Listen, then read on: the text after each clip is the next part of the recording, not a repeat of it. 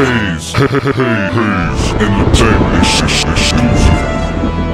This is the hottest place for big name interviews in Vancouver. Listen to it. Put it loud. With Ryan Hayes and Big Mike. Yeah.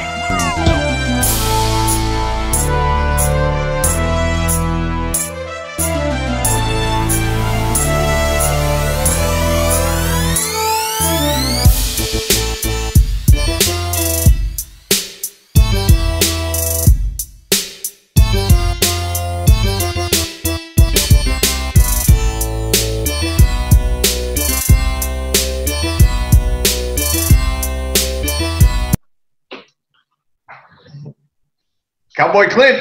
Hey, boys. How's it going? Good. It's going good. Yeah. Thank you so much for taking your time to come on with us today. We really appreciate it. You're not a Vancouver fan by chance?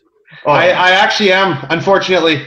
Oh, shit. Look at the background. That's my house. Oh, it is? You guys are, both of you are in Van then? Yes. So obviously you got the cowboy hat on, so I might as well ask the first question is why did they nickname you the cowboy goalie? You know, growing up, was always had horses, grew up working on a cousin's ranch and developed just a love for the horses and the outdoors and shoveling horse crap and all the stuff that goes with that. So it just, I think everywhere, I've had horses damn near most of my life, I think. That makes sense then. Where were you when you got drafted to the Nordiques in '81, and how did you find out? I remember I was hoping to get drafted because I was eligible the year before and missed it. I didn't get drafted, and I was pretty devastated. And so then later on, the next year, I was waiting in the kitchen, and I remember getting a phone call, and it was I think Maurice Fillon was the GM then in Quebec. And where were you? Edmonton. Oh, okay. Yeah. So you obviously played with Sakic then? Or no. Before? Here's a funny story. I tell everybody because, my son was, growing up in Joe Sakic and this and that. And I said, I was traded for Joe Sakic. Yeah. I don't tell. It was like a 10-player deal or, 4 and 3 or whatever it was. Dale Hunter and I were the main cogs in Quebec. We got traded to Washington for the first-round draft pick, which ended up being Joe Sakic. So I just say, hey, I was traded for Joe Sakic. It's a good story. Why do you wear number 30? I was the first jersey. I always preferred number 1, traditional goalie number, and 30 I think is fairly traditional. But when I went to Quebec, that's a jersey that was given to me, and I went, okay, I never changed. Do you think Quebec needs a franchise back? I do. I do. It's a great hockey market. I mean, they really, obviously you got the language barrier for players, English players, and that, but they're very passionate. And if they know, you're in a store or something, you're a Nordique, oh my Lord, they just all over that. So they're very passionate about it for sure. Your days in Buffalo, you got to play with some real good players. I mean, LaFontaine, you had Malarchuck, McGinley, Malarchuck, Pierre Turgeon, Rob Ray, Brad May. How was that? It was good. I think one year we were like 3rd in the league in points. And Darren Pupa was playing most of the games. He had an outstanding year. And he was on fire. And, we were in the top 3 for sure overall in points. And it was fun. We had a lot of great players.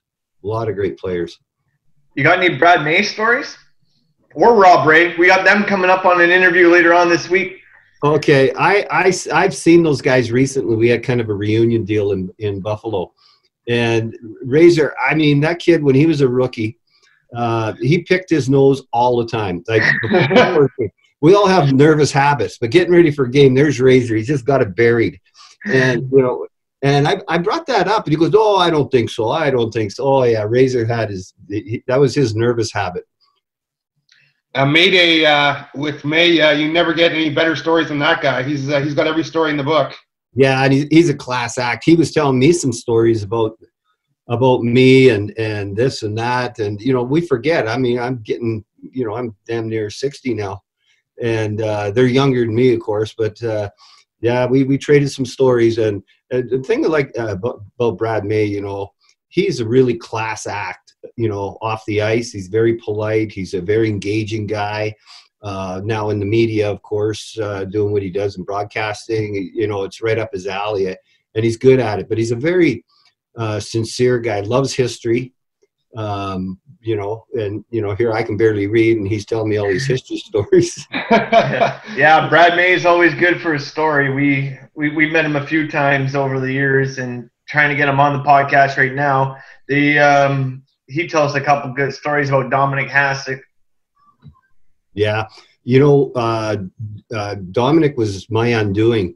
I remember they traded for Hasek, and I was going through some mental health issues, depression, anxiety. My play had really started to decline, and I remember in training camp, he was just a great goalie, and you look at him, he's quick as a cat. And I remember John Muckler, our coach at the time, called me in and basically was cutting me. He says, "Clint, I still believe you can play." He knew I had some mental health issues and everything, and everybody did. And he says, I believe you can still play, but not here. And I went to the minors and played in San Diego for a year under Rick Dudley. And then you lit it up with the Las Vegas Thunder. They retired your jersey as well. You're up in the rafters there. Yeah, that was quite an experience because I got my health issues resolved in San Diego. Took a whole year there, though. It was almost a wasted year on the ice, but I came back at the end on medication, doing great. And, the next year, Las Vegas was a brand new team. And I had to choose between the Canadian Olympic team and going to Las Vegas. Now, I was going through a divorce and had a young daughter, and I didn't like the idea of going on the Canadian Olympic team and playing all the time in Europe and all that. And it was a non-Olympic year, so I chose Vegas. I remember my daughter and I driving down there and kind of meeting the GM, Bob Strum, and she was, I don't know, maybe 6 years old or something. We're driving back, and a long drive back to Calgary at the time. And she really, we had fun in Vegas, and she said, "Dad, I think Vegas is the choice." And I said, "So do I." And I really got involved in the community there. Because I had, just the divorce going on, and I was single, and trying to fulfill my time off the ice. And, I was on the board of directors of the Nevada Childhood Cancer Foundation and some other charities and things like that. And I became very, very popular in Vegas. And so then I ended up being their coach. I was assistant coach and assistant GM, and then I was the head coach and assistant GM. And so I had some great success there. Obviously, they retired my jersey. They gave me an awesome retirement gift. It was a high-dollar rope horse. And they brought it out on the ice. They put rubber mats in the Zamboni area, brought them out, and it was all behind me going on while we're doing, the talking and all that stuff. And I remember they said, "Turn around, Clint. There's your retirement gift." And I turned around, and I knew the horse too. He was a good horse because I was team roping at the time, and I knew the horse, and they knew where to buy it, I guess. And so it was pretty cool. I still have the horse. He's 30. I want to say 33, and that's pretty old for a horse. That's damn old for a horse. That's an old horse. And he's blind as a bat, just like me when I played. Where do you stay nowadays? I'm in northern Nevada, Lake Tahoe, Reno area. Okay. It's 4 seasons. It's nothing like Vegas. When I left Vegas, I went on to coach up in Idaho for a few years, and then I got my certification in horse dentistry and horse chiropractic, and from there, I started to come down to this area. I had kind of a circuit, and I got introduced to a few veterinarians, and they liked my work, and they said, you should just move here. And so I did. And I've been here quite a while now, 12, 13 years, I think. It's a beautiful valley. Lake Tahoe's 30 minutes, Reno's an hour. So on your farm, how many animals do you have? Well, I've culled down quite a bit on the horses because with my traveling, I wrote my book and then I've been public speaking, so I travel a lot. And having all those horses to feed, and I'm gone, and a lot of work when I'm not here. It wasn't fair to my wife, so we culled down. I now just got what do I got? 3 horses, a couple goats, a bunch of dogs, chickens. Yep. That book, How I Survived the Crease and Beyond, that's a great read. Thank you. It changed my life. People ask me, what's your greatest accomplishment? And I have to say, it was my greatest accomplishment writing the book, but it was also the hardest thing I ever did in my life, because I opened up a lot of old wounds, and it was a hard deal to do. But once it was done and published and got me into public speaking, mostly military, first responder, PTSD stuff, and mental health organizations like the CMHA up there, and corporations and that. And it's very, very gratifying to talk about my life, and people come up after and they're in tears, because it's kind of like the first time they heard it so honestly spoken and relatable to a lot of people. Yeah, you were definitely part of the most horrific accident, I think, in NHL history. I mean, I wasn't going to really touch on that, but if you don't mind, I didn't know if you'd mind talking about it at all. It's my claim to fame. I wasn't very good goalie, but everybody remembers me. You were a great goalie, man. That incident might not have helped your career, but I mean, it did. Yeah.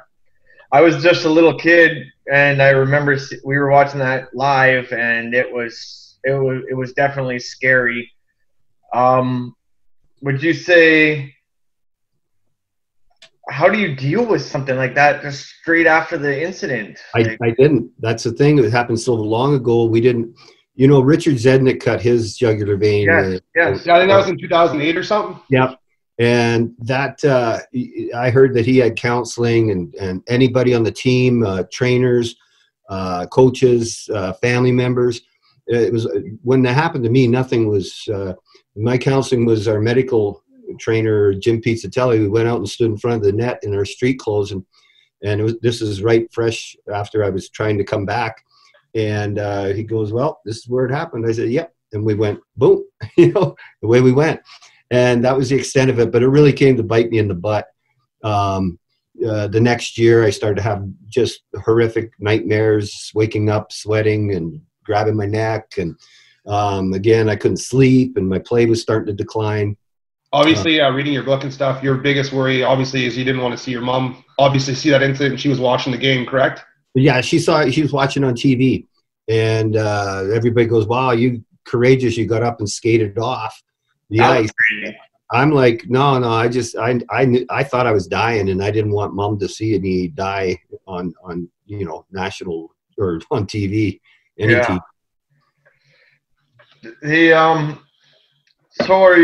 Everybody nowadays has a bit of mental health issues. What would you say was your way to talk about it?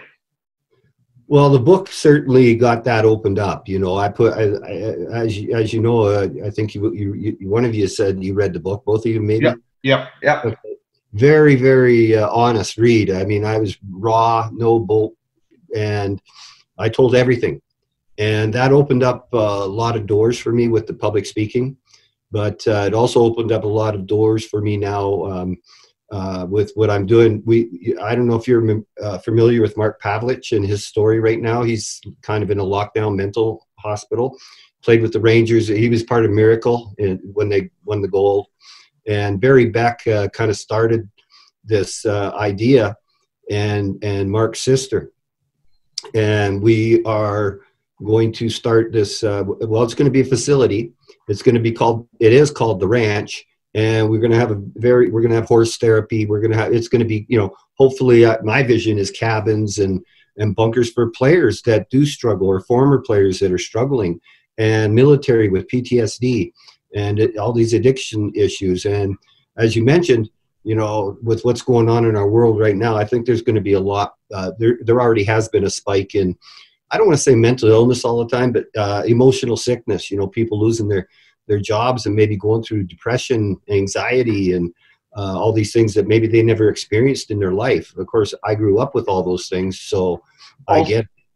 Also concussions too. Like that's a whole new thing that nobody gave a shit about 10 years ago. And now that really affects. I personally have had 5 concussions, and every one of them have ruined me a little bit. Like I forget things, and I hit my head so hard in Mexico that I've never been the same. I leave the bathroom light on every time now. Like there's little tiny things that until I talk about it and until I get to tell people, they don't notice these kind of things that I've noticed about myself since then. Well, and you know, we're really the NHL and that they got the concussion spotters. When a guy gets hit on the ice, they might say, he's got to come out and go to the quiet room, they call it. And teams do what they do, a baseline in training camp. It's on a computer, and it's a cognitive type reading for knowing where they are. And so if they got a concussion, they can look at that. They do the baseline test again, and they can tell if the player's, off or concussed. And so they're doing a lot about that. But, we've had some suicides and some with the what they call CTE. Don't ask the formal words, but I don't know either. They're big and long. And basically, it causes depression, causes anxiety, and some of our players, former players, have died by suicide because of that. I know a couple guys personally that have had their brains donated and comes back, yes, he had CTE, because the only way they can diagnose it is after you're dead. Yeah, and I definitely fell and hit my head so hard in Mexico one time that I blacked out, and I was flopping around like a fish on out of water, having a seizure, and that one just ruined me. I've never actually fully recovered. I still think about it today, how I leave the lights on, I leave the cupboard doors open by accident. There's little things that you notice that really affect you, and concussions are a real thing. And nowadays people are starting to realize it, but you play with these guys in the 80s and the 90s that if they took a beating, they got told to get back out on the ice. Well, we never used the word concussion, or it was you got your bell rung, take a shift off, or go in the locker room for a few minutes and then come back. There was no protocol or anything, and it was just you got your bell rung. Do you like the protocol nowadays? Yeah, I think it's needed for sure. I don't know if it's the best protocol. There might be other alternatives. I don't know, but what they're doing is good. They're protecting players, and now we're seeing so many players that are out for extended time with concussions, and it's they can't stand the bright lights or all these symptoms, and players are out for months sometimes. Yes, definitely. I was 6 months on mine, and I hated everybody around me. I didn't want to see any light. I didn't want to talk to anybody. It bothered me a lot. Which sounds like you had, there's symptoms from a concussion, but that's very similar to what a lot of our military and hockey and football, whatever, PTSD type symptoms. Yes, I definitely feel like I had that kind of thing. It's scary for me because I had never had a concussion before that I know of. And this time I really hit my head so hard. And you notice it now 4 years later that certain things have changed. Like even just texting on a text phone, I'm missing the letters. I'm missing the letters. I'm the same way, and I'm very forgetful. I've had several concussions. I don't even know how many. I counted my broken noses, not my concussions, and I had 10 broken noses. So I broke my beak a couple times too. They don't grow like that. No. Fucking this guy's making nose jokes over here. We're not born this way. I mean, no. I can turn mine right upside down. There's no cartilage. Yeah, there's cartilage, but it's all mush, I guess. I don't know. It's nice these days, at least with mental health and that kind of stuff, that there's actually people to talk to. And, Bell Let's Talk. It's a big thing in hockey right now. And it's great that there's people actually stepping up to the plate to help players so we don't lose anymore. Because, obviously ours in Vancouver, our biggest loss so far was Rick Rippon. And to this day, I love that guy, pound for pound, that's tougher than that guy. I love that kid. He was a courageous warrior when he played, and just a good guy. And that one, really hit me hard because he's kind of a cowboy kid, southern Alberta, down by Pincher Creek, and I talked with his mother after he passed, and you know, it's a terrible thing, you know, suicide, and it doesn't just affect, you know, the person that's dying or dead, but affects the whole family. But the thing is, I can speak for myself and probably a lot of suicide survivors that I've talked to. We don't really want to die. We want to kill the pain. And that's what I was trying to do. And when I put that gun under my chin and shot it, you know, I didn't leave a note. Yes, I had suicidal thoughts. I didn't leave a note. You know, it was such a random act. And I was drinking, self-medicating as well, which a lot of people, there's a huge correlation between mental illness and addiction. Definitely. You say alcohol. A lot of people say marijuana is the gateway drug and stuff, but I feel that alcohol is worse. Well, you know, I'm kind of in that field now. And so I know a lot of PTSD military guys and first responders. They use marijuana. It helps them sleep. Definitely. It's now legal, and yeah, I used to think it was a gateway drug too for maybe, you know, cocaine or hard, you know, meth or something. But I know a lot of people that used it for a long time as a medicinal, and I guess it should be treated like any other medicine, really. And where alcohol is also a substance that, you know. I'm a recovering alcoholic, so I know all about that numbing effect with my PTSD and the nightmare. I mean, I used it. It wasn't like I was partying either. You know, I was drinking at home, trying to get through a day. For you to persevere through that is pretty awesome, because I would call myself an alcoholic, and I drink to get away from pain also. Right. And some people use marijuana and I guess alcohol because they got chronic physical pain. I know some military guys that they're veterans, and they're you know, they've got some major physical medical issues, and they need something to get through a day with numb the pain. Yeah, you're so strong, man, talking about this stuff. And you're a legend. I mean, in that ranch you're opening up, like, that's a huge thing. Like, that's going to help a lot of people.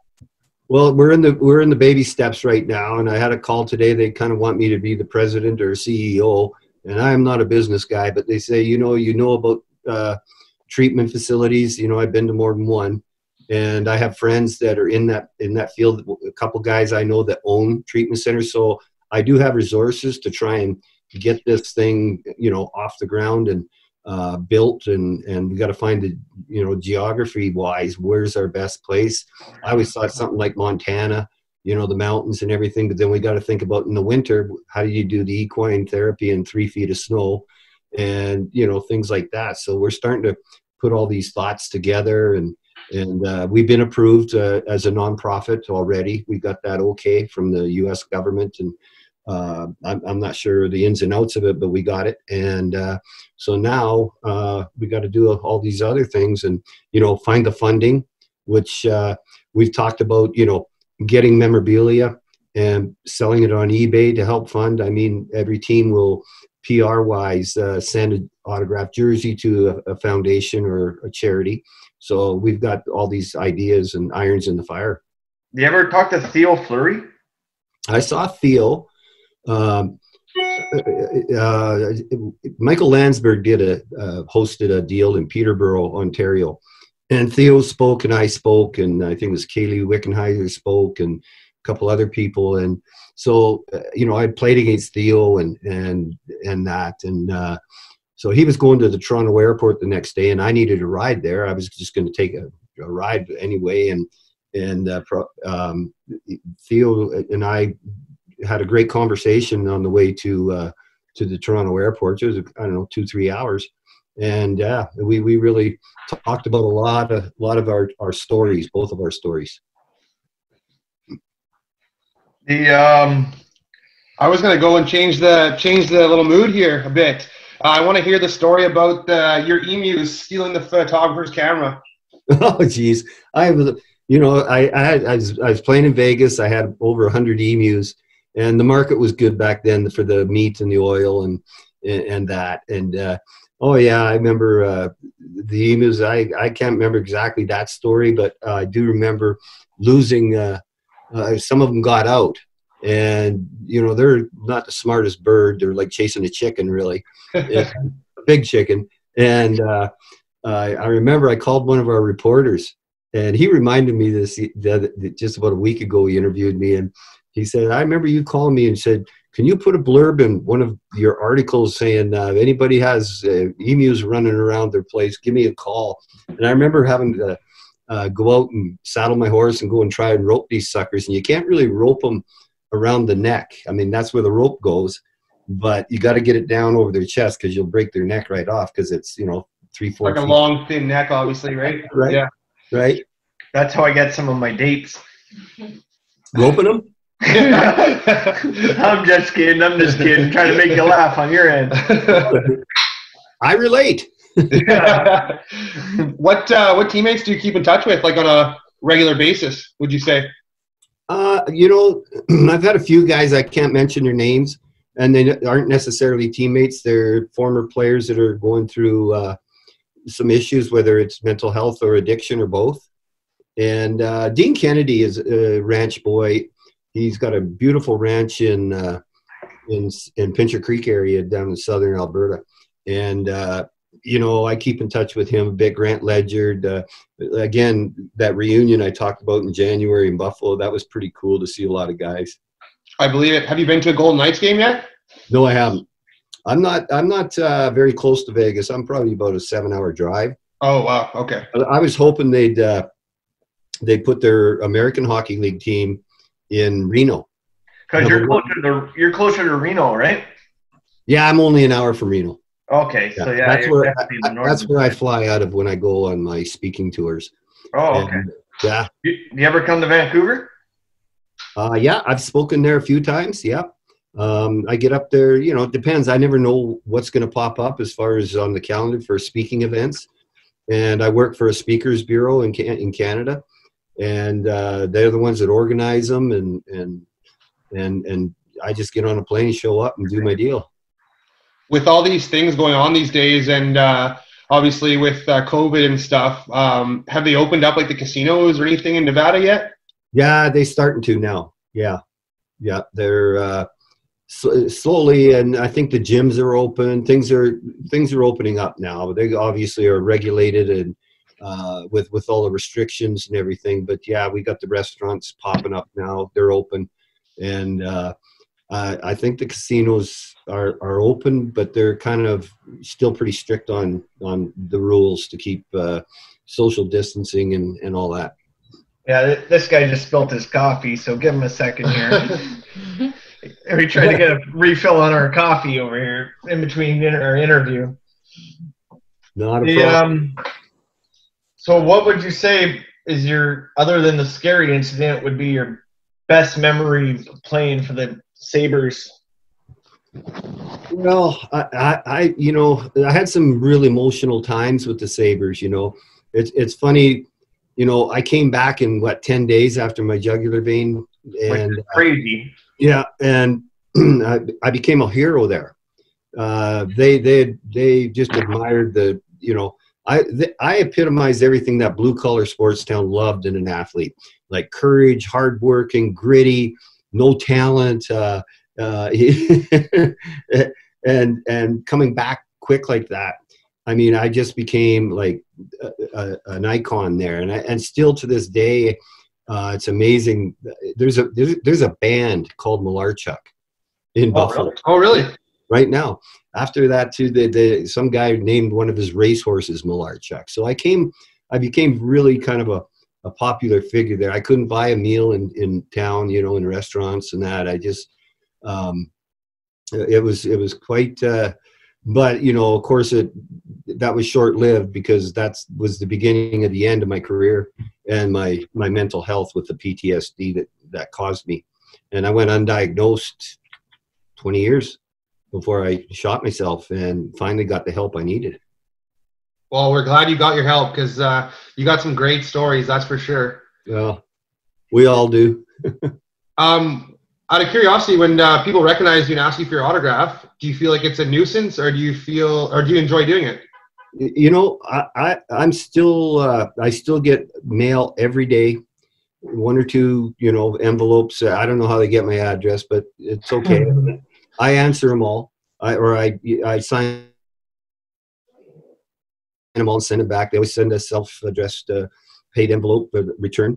And the only time I get really offended, I've had a few times where, well, here's a funny story.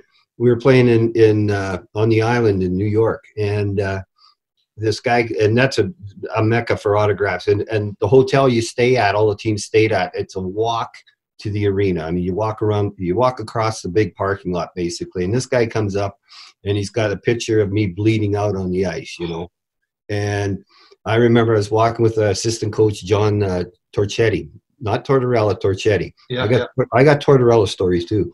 Tell those ones after. But Torchetti went after him and said, "You stupid son of a bitch! You get to." So that's the only time it's an honor to. My mom always taught me. She said, be thankful that people want your autograph. So I've always taken that approach. That's awesome, especially when it's a collector, obviously, and not an autograph hound.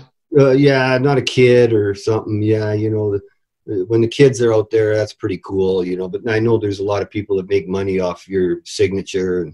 But definitely, I'm kind of an autograph guy, but as you can see, most of mine goes on my wall. Like I keep all my stuff. Yeah, you're not up putting it on eBay and turning it over. And yeah. I agree with you, and so has everybody we've ever interviewed, that they don't like the people that sell the stuff.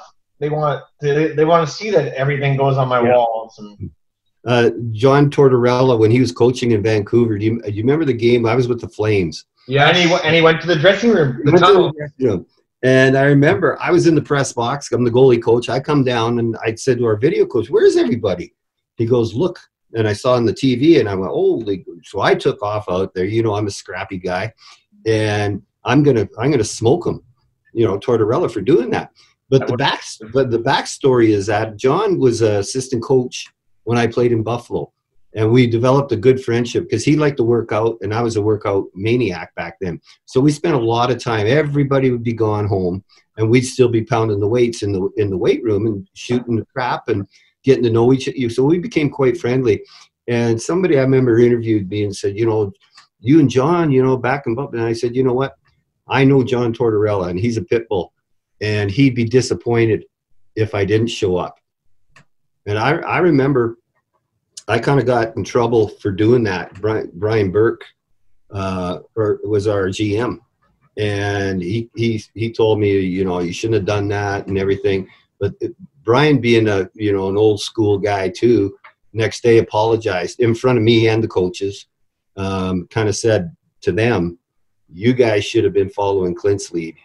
That's our territory. That's our locker room." And that was a crazy game, and there was like line brawl after line brawl, and then Tortorella's down there in the tunnel. Well, opening face-off was a brawl. Yeah. That wasn't pre-planned, though. Well, Bob Hartley. That's a Canucks fan. Bob Hartley put out opening face-off. Our fourth liner, Brian McGrattan, all our tough guys. And so I think Tortorella I know he took offense to that. Like, what are you doing? We haven't even dropped the puck, and you're trying to intimidate us. So, question for you: the coaches, when you get the pregame roster, do you look at? Okay, they're starting the fourth line. That means we got to start our fourth line. We got to dress our goons. Well, yeah, I think that's logical, in a lot of ways. But some coaches don't want to have that happen, so they just start the first line. The message. You go ahead. The message was sent. Yeah. So to me, I would say if you see the other team dressing your fourth line, would you not want to dress your top line so you can take advantage of the offensive opportunity? Well, exactly. And I think Vancouver, that's what Torts did, I think. I don't think he had his tough guys out there. Yeah, I don't think we had that many tough guys. Maybe our D guys, but that's about it. Yeah. And, I think it was Bieksa that stepped up. I had so many mixed emotions about that whole deal because, like I said, I got kind of scolded for trying to get at Tortorella and protect our locker room. Did you get close to him? Well, Brian McGrattan, who's a big man, he put his glove right in my face and pulled me back. But I was kind of disappointed because I looked at the other coaches. I mean, and they're way, I kind of was a little mad that I had to come from the press box through the locker room, and no one else was defending your players. No one else was defending the players. Yeah. So and then I got in trouble for it. Later on, I said, like, the next day, I kind of got redeemed. But yeah, I was. My feelings were hurt. They were definitely hurt.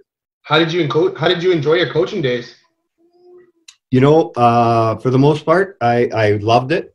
I had some great guy, Luongo. You guys had Luongo. I mean, yeah. I had him when he was like 23, 22. And is he the character that he perceived? He's one of the greatest guys I know in the game. Very personable, funny, good teammate, a good leader, good student to the game, and to when I coached him. Another guy, Pascal Leclerc, kind of same way. Whatever I say jump, they say how high. They didn't question saying, "Oh, I had this goalie coach when I was 12," and he said, there was none of that, because you do get guys like that. I've had a couple. I remember this one kid. I won't mention his name, but he was from Czechoslovakia or Czech, somewhere over there, and he just was not buying anything I sold, and his style was. We used to call him the claw, the lobster, because he held his hand like this instead of like this, and I tried to correct those things, and his rebuttal was always, "Oh, Hasek." But Hasek was one of a kind. I finally told the kid, you're not Hasek. Yeah. And Hasek was very coachable. I know, because the goalie coach in Buffalo, a good friend of mine still today, Mitch Korn, had Hasek and did one of Vezina, or a couple of Vezinas with him. So yeah, but that's hard to coach when they got that. I'm from the Czech and Hasek's from the Czech, so I'm Hasek. No, you're not, son. No, and you'll never be Hasek. No, nobody's ever Hasek. He never played an NHL game. Oh, there you go. And of course, we have meetings, and as coaches and scouts and all those things, end of the season meetings, those things, we're all together, and they, of course, with the goalies, I have the most input on these meetings on the goalies, and I was like, this kid get rid of him, don't re-sign him.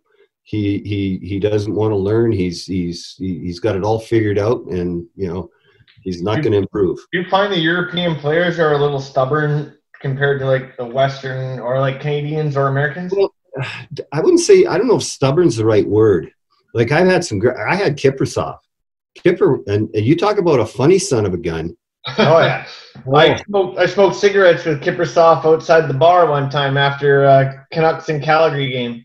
Yeah, Kipper was a unique guy. You had to gain his trust. Once you were in his in his bubble kind of thing, he would open up. He'd laugh. Johan Hedberg, yeah, they played in San Jose's farm system in Kentucky when they both came over.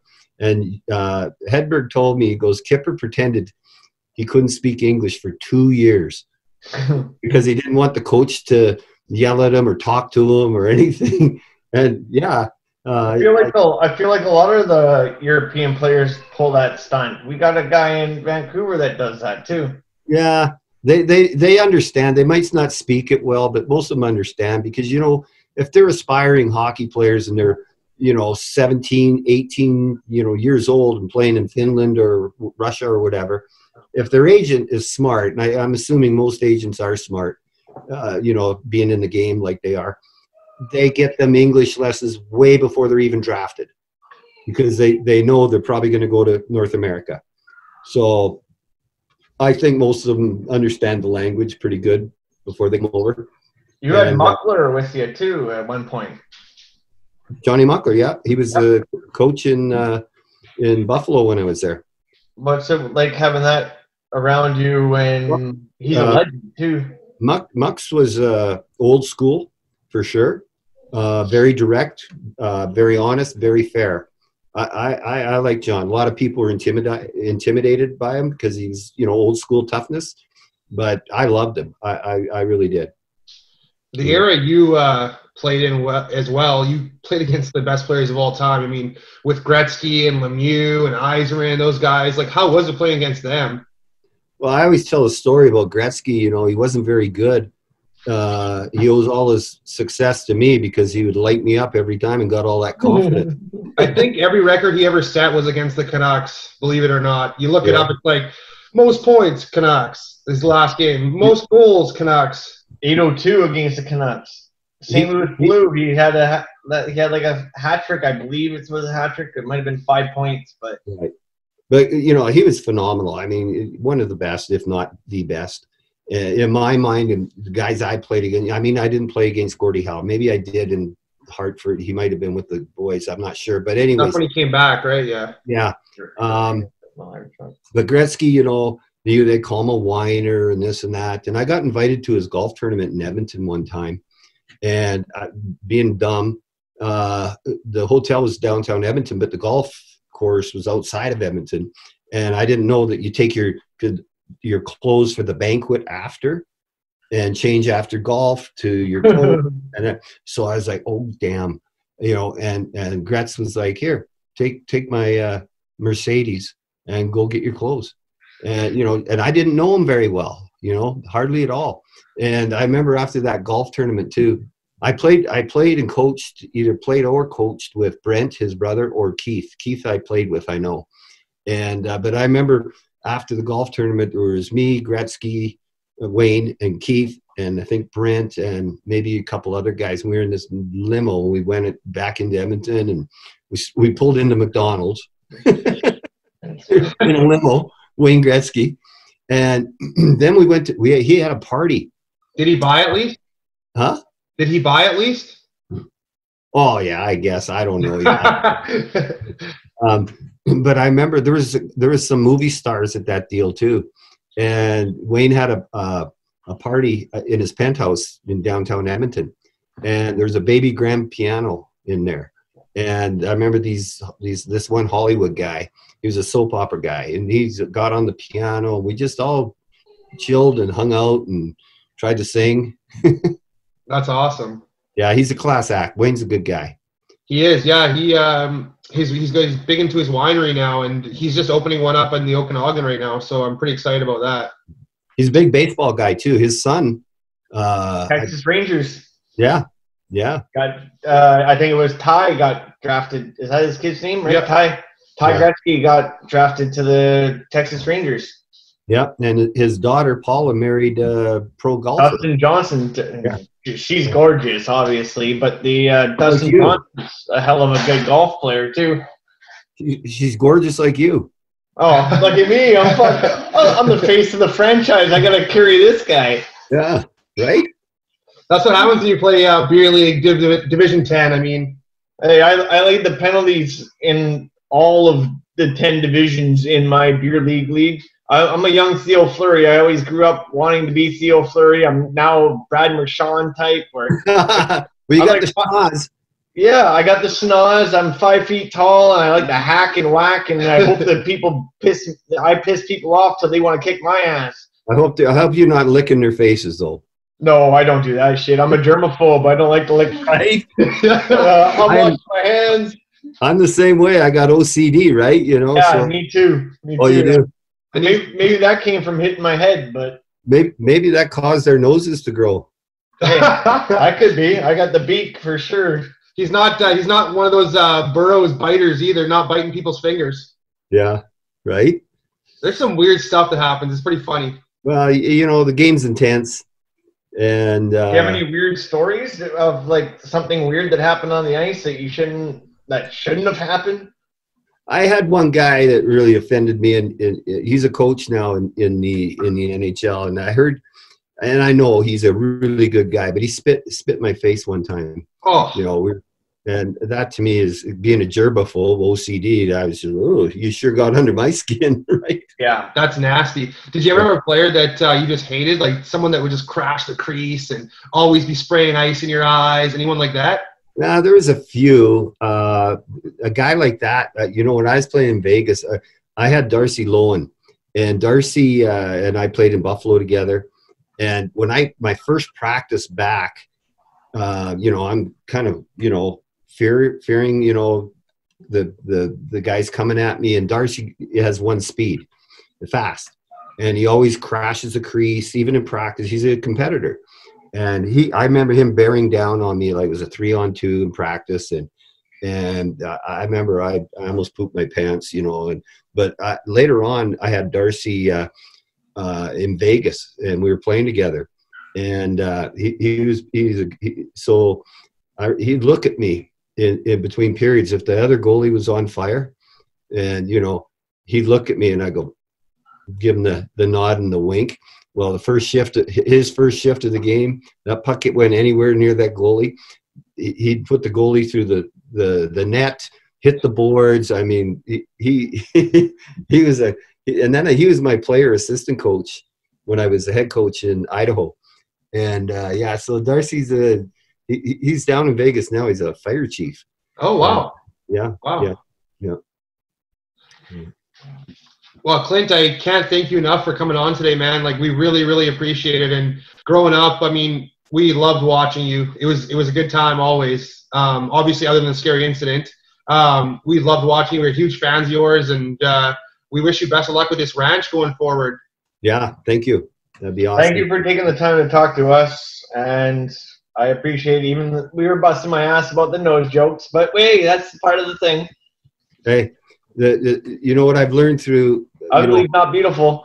Hockey's got some beautiful, camaraderie, and most of it comes from making fun of each other. Oh, definitely. And yourself. It's the locker room talk when you can shoot the shit with the boys and they can chirp you and you're okay with it, and that makes you a good person. Don't show that you don't like something. Oh, definitely. I don't show that stuff. Yeah. And same with I do a lot with Wounded Warriors now, that gallows humor. And, they make fun of guys with one arm. They call them lefty when it's right arm, just, it's great because they all have PTSD. I do the hockey part of it, and I coach them. And I'm just like, wow, these guys are ruthless just like we are. And that's the way it should be. If you're not busting chops to your good friends, then right. Right? I expect my good friends to be busting my chops, and it makes for a good friendship. Yep. Thank you for coming on. And anyone that's listening right now, if you haven't read the book, I've Survived in the Crease and Beyond, I highly suggest reading it, guys. The Crazy Game, How I Survived the Crease and Beyond. Yes. Yeah. Main title's The Crazy Game. So one of the questions I get asked is, Steve Tuttle was the guy's skate that cut my jugular vein. And they always say, did you ever talk to Steve Tuttle after, that incident? And I said, well, what happened was I heard he was struggling with the incident too. So I reached out to him and said, hey, I know it's an accident. I know you didn't kick me. I was, saying, and he was having nightmares as I was, is what I heard. So anyways, we're playing, next time we played St. Louis, and I'm still with Buffalo, and we're skating around in warm-ups, and I remember skating by him and I said, hey, Tuttle, you're a cutthroat motherfucker. That's a great story. That's awesome. It was Yui Krupp and Tuttle, right, that crashed the net at that time? Yeah. Right. Yeah. So, yeah, that was funny. And he looked at me kind of with that wry grin, like, right on, brother. I know what you're just. You're a great sport, Clint, because obviously that was obviously an accident, and that's a great sport. But that comic relief and that gallows humor that we have, Jesus, you're a cutthroat prick. That's a good one. Did Tuttle reach out to you at all, like right after the incident happened? No. This was a little bit after. Okay. Yeah. Well, all right. Thank you so much, man. I really appreciate Clint. And hey, Clint, you know who just messaged me right now while we're talking? If you're not in a rush, if you have nothing to do, he just wants to come on and say hi. Is Justin Pogge. Justin Pogge just messaged me and said, any chance I can jump in there? The goalie? Yeah. Okay. Hey, Justin Pogge, thanks for joining us. Hey, Clint, so you know Justin Pogge? Well, I don't know him personally, but I know who he is, and I know his career, and Toronto and all, especially with my brother there. Okay. Yeah. Yeah. There he is. Boy. What's going on, Clint? Welcome to the show, Justin Pogge. We got Clint Malarchuk here with you. What is this, Movember again? No, this is a year-round thing. Should I go grab my cowboy hat? I got it in the garage. I got a Stetson in the garage. It's my summer hat out here in the desert. How are you doing, Clint? Good, I'm good. Where are you? La Quinta, California. So right by that new American League team in Palm Springs. Oh, shoot. I was down there. I did a PTSD deal down there in Palm Desert. Yeah. Oh, nice. Yeah, that's just down the road from me. And we bought a vacation house here. So nice. Enjoying the 100-plus degree weather every day. What have you been doing? I kind of lost track of you. Fill me in. Oh, I went over to Europe. I knew you went to Europe. 8 years. Kind of been all over. Starting it. Yeah, I had 6 years in the minors, and just needed a change. It was kind of getting repetitive, and sometimes you get feeling like a piece of meat sometimes, and you just moved for no reason. Right. But went over. It was the lockout year, so I knew I wanted to play some games and not battle in the East Coast with whoever was coming down. So I went over to Italy to kind of get my foot in the water, and then slowly moved my way up into Sweden, and year in the KHL, and a few more years back in the SHL, and then last year ended up in the DEL with Berlin. Oh, nice. Yeah, it was awesome. Where were you in the K? Bratislava. Was it good or bad?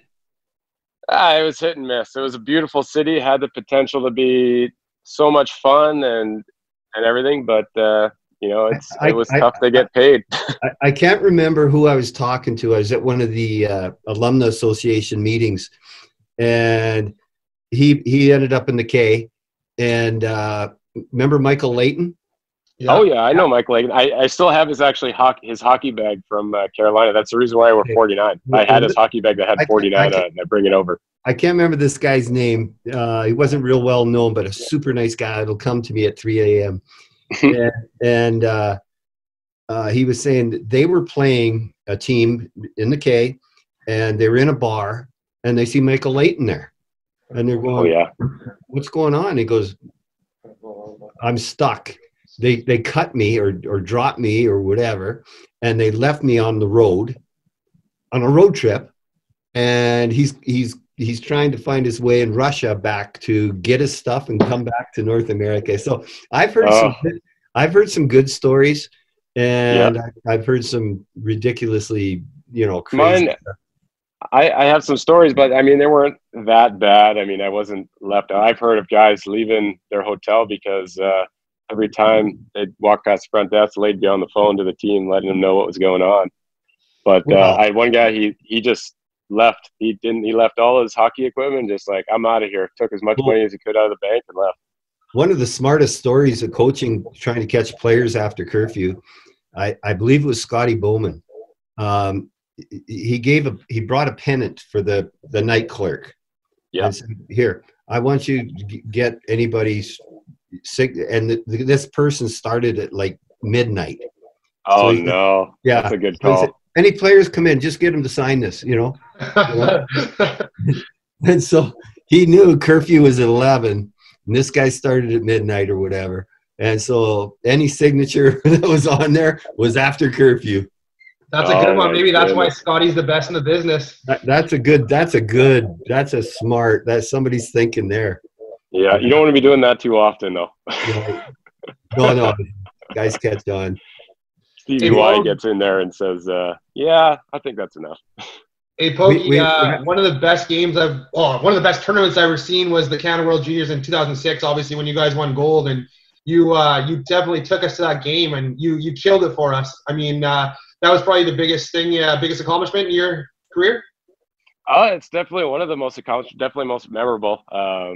It was such a crazy feeling that day, and we played unbelievable too, and I had some lucky bounces and the no goal and everything, so it was like everything was going the right way, and the whole tournament was an absolute blast, and always have those memories for sure. Just putting that red and white on must mean a lot, just right there. Oh yeah, wearing that Maple Leaf. Where are you going next year, Pokes? I'm somewhere in Germany. I don't want to disclose it until it's the ink is dry. Right. I've learned over the years that don't do that. You can't take nothing for granted. So you have to wait till the contract's signed and you're over there. How old are you now? 34. I just turned 34. Yeah, still got a few years left. Yeah. That's good. Do you have a favorite player you ever played with, Pogge? Oh, I've had so many. Usually there's one guy a year. Top three players I've ever played with. Best defenseman, Scott Niedermayer. I mean, I just got to practice with him and watch him from the bench, but the best ever, I think. I think forwards, there's so many. One of the purest goal scorers that I got to play with, that I put two together, Jonathan Chichu and Teemu Selanne.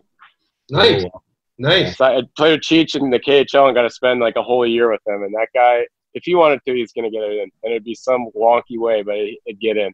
I've been trying to get an interview out of Cheech. Yeah, he's a tough guy to get a hold of. He's a pretty private guy. So. I know. That guy, the Teemu Selanne, did you let him score or just make him to pump up his ego? No, never. It was always a battle. He would always play 3-puck at the end of practice, and I was the third goalie or the backup, so I always stayed out late. And I made him be Juice Boy a few times, and he loved it. He loved the challenge. But nice. Yeah, that guy is a legend. You guys know what Juice Boy is, do you? I do. Oh, yeah. I think that's the third guy off the ice. The last guy has got to clean up the water balls.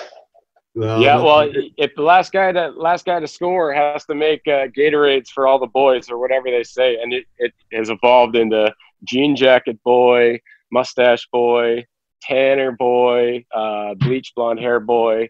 We did one in Portland. We bought an old bad suit from a vintage store and made our rookie wear it. And we would drive around. Portland, Maine's not very big, and where we lived was Old Georgia Beach, which is even smaller. So we'd see him at the bank or out getting groceries, and if he wasn't wearing the suit, he was a rookie, so it was like double. You'd get a little fine for not wearing the suit. That's a great one. Supposed to wear it for a whole month. Oh yeah, it was awesome. I've never heard that one. That is good. And I've heard a few. We had a guy, and he played in Vancouver. What's his name? Goalie? Cox. What's Craig Cox. Craig Cox.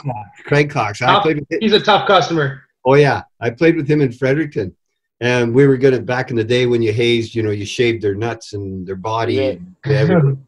And we had him on the trainer's table, and we tied a skate lace around his dink because no one wants to touch it, really, So and then we had it over. There was a pipe up there.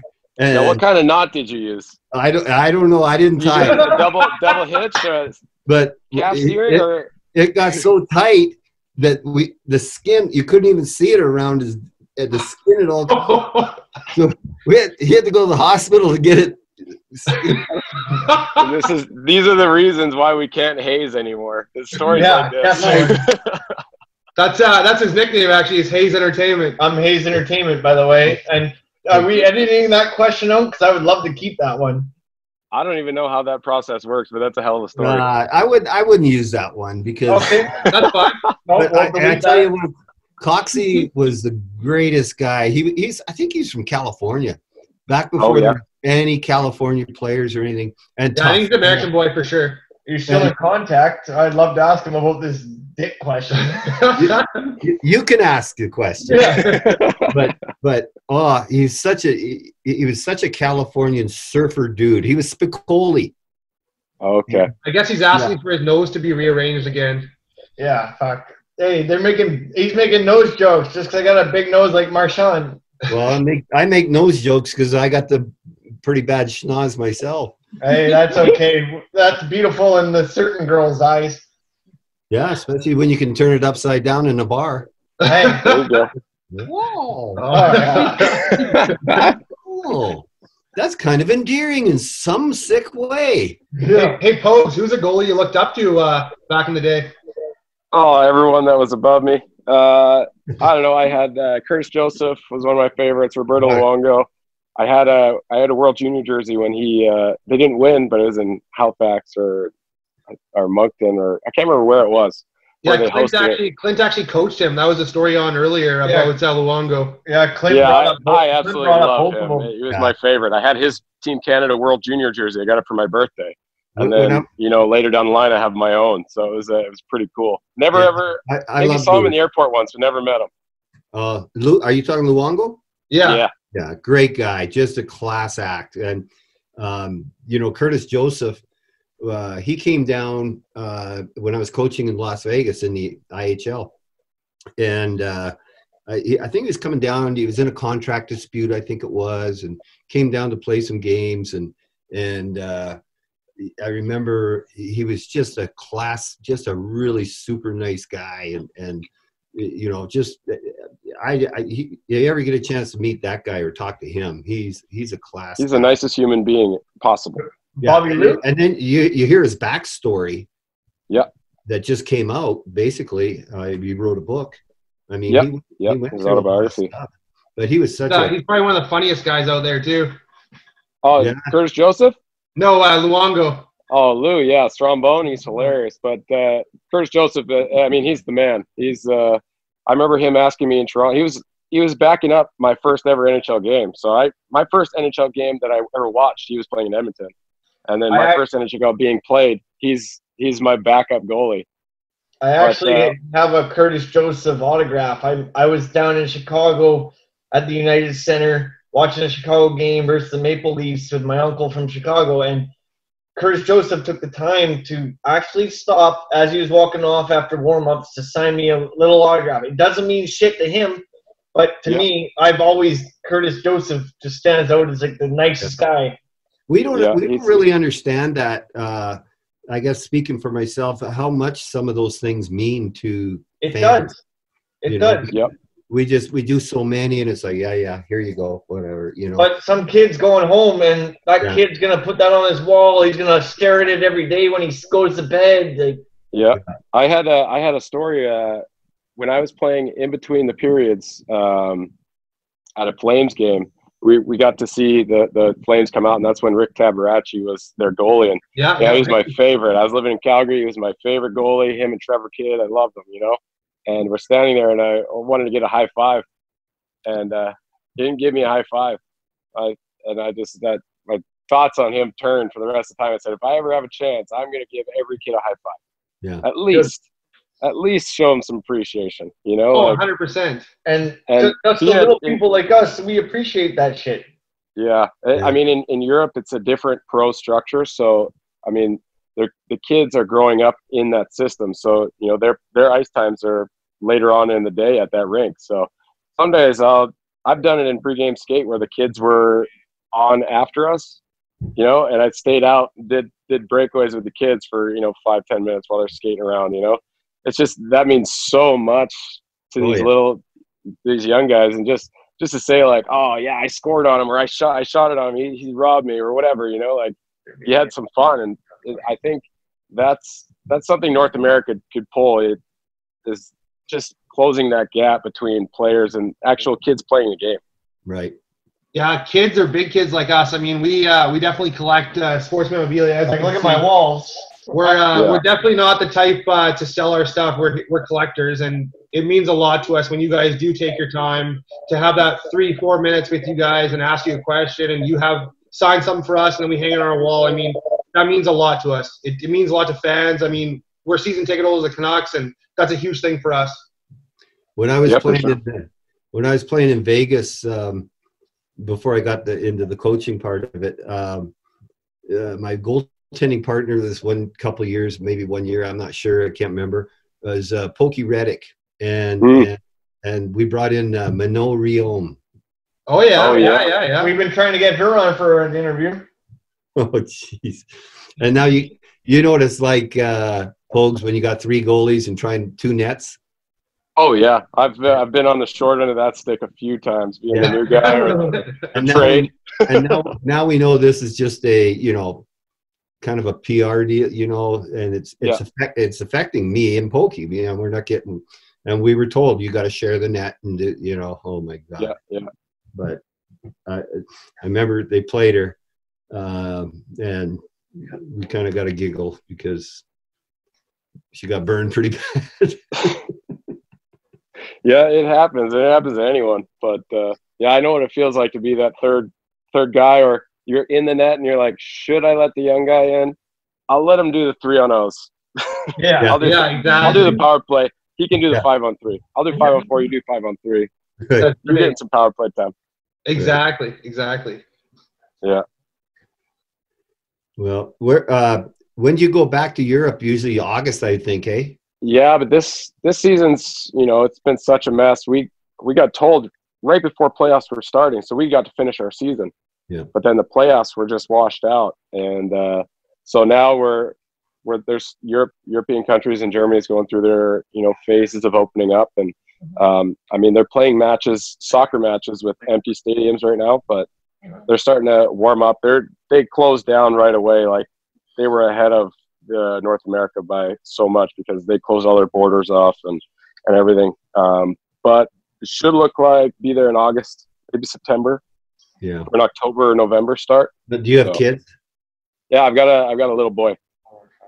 Is he in school yet or no? No. He's 2.5, 2 years and 5 months. Yeah, Almost 2.5. It's not a big deal with schooling and all that stuff. No. He loves traveling, being over there. Like our European life is so awesome. We get home, we miss home, but then we're home for a while and we miss the European life. It's just so laid back. And the only thing I miss is I mean, obviously the weather in my truck. So. Yeah. We got another professional hockey player coming up then, eh?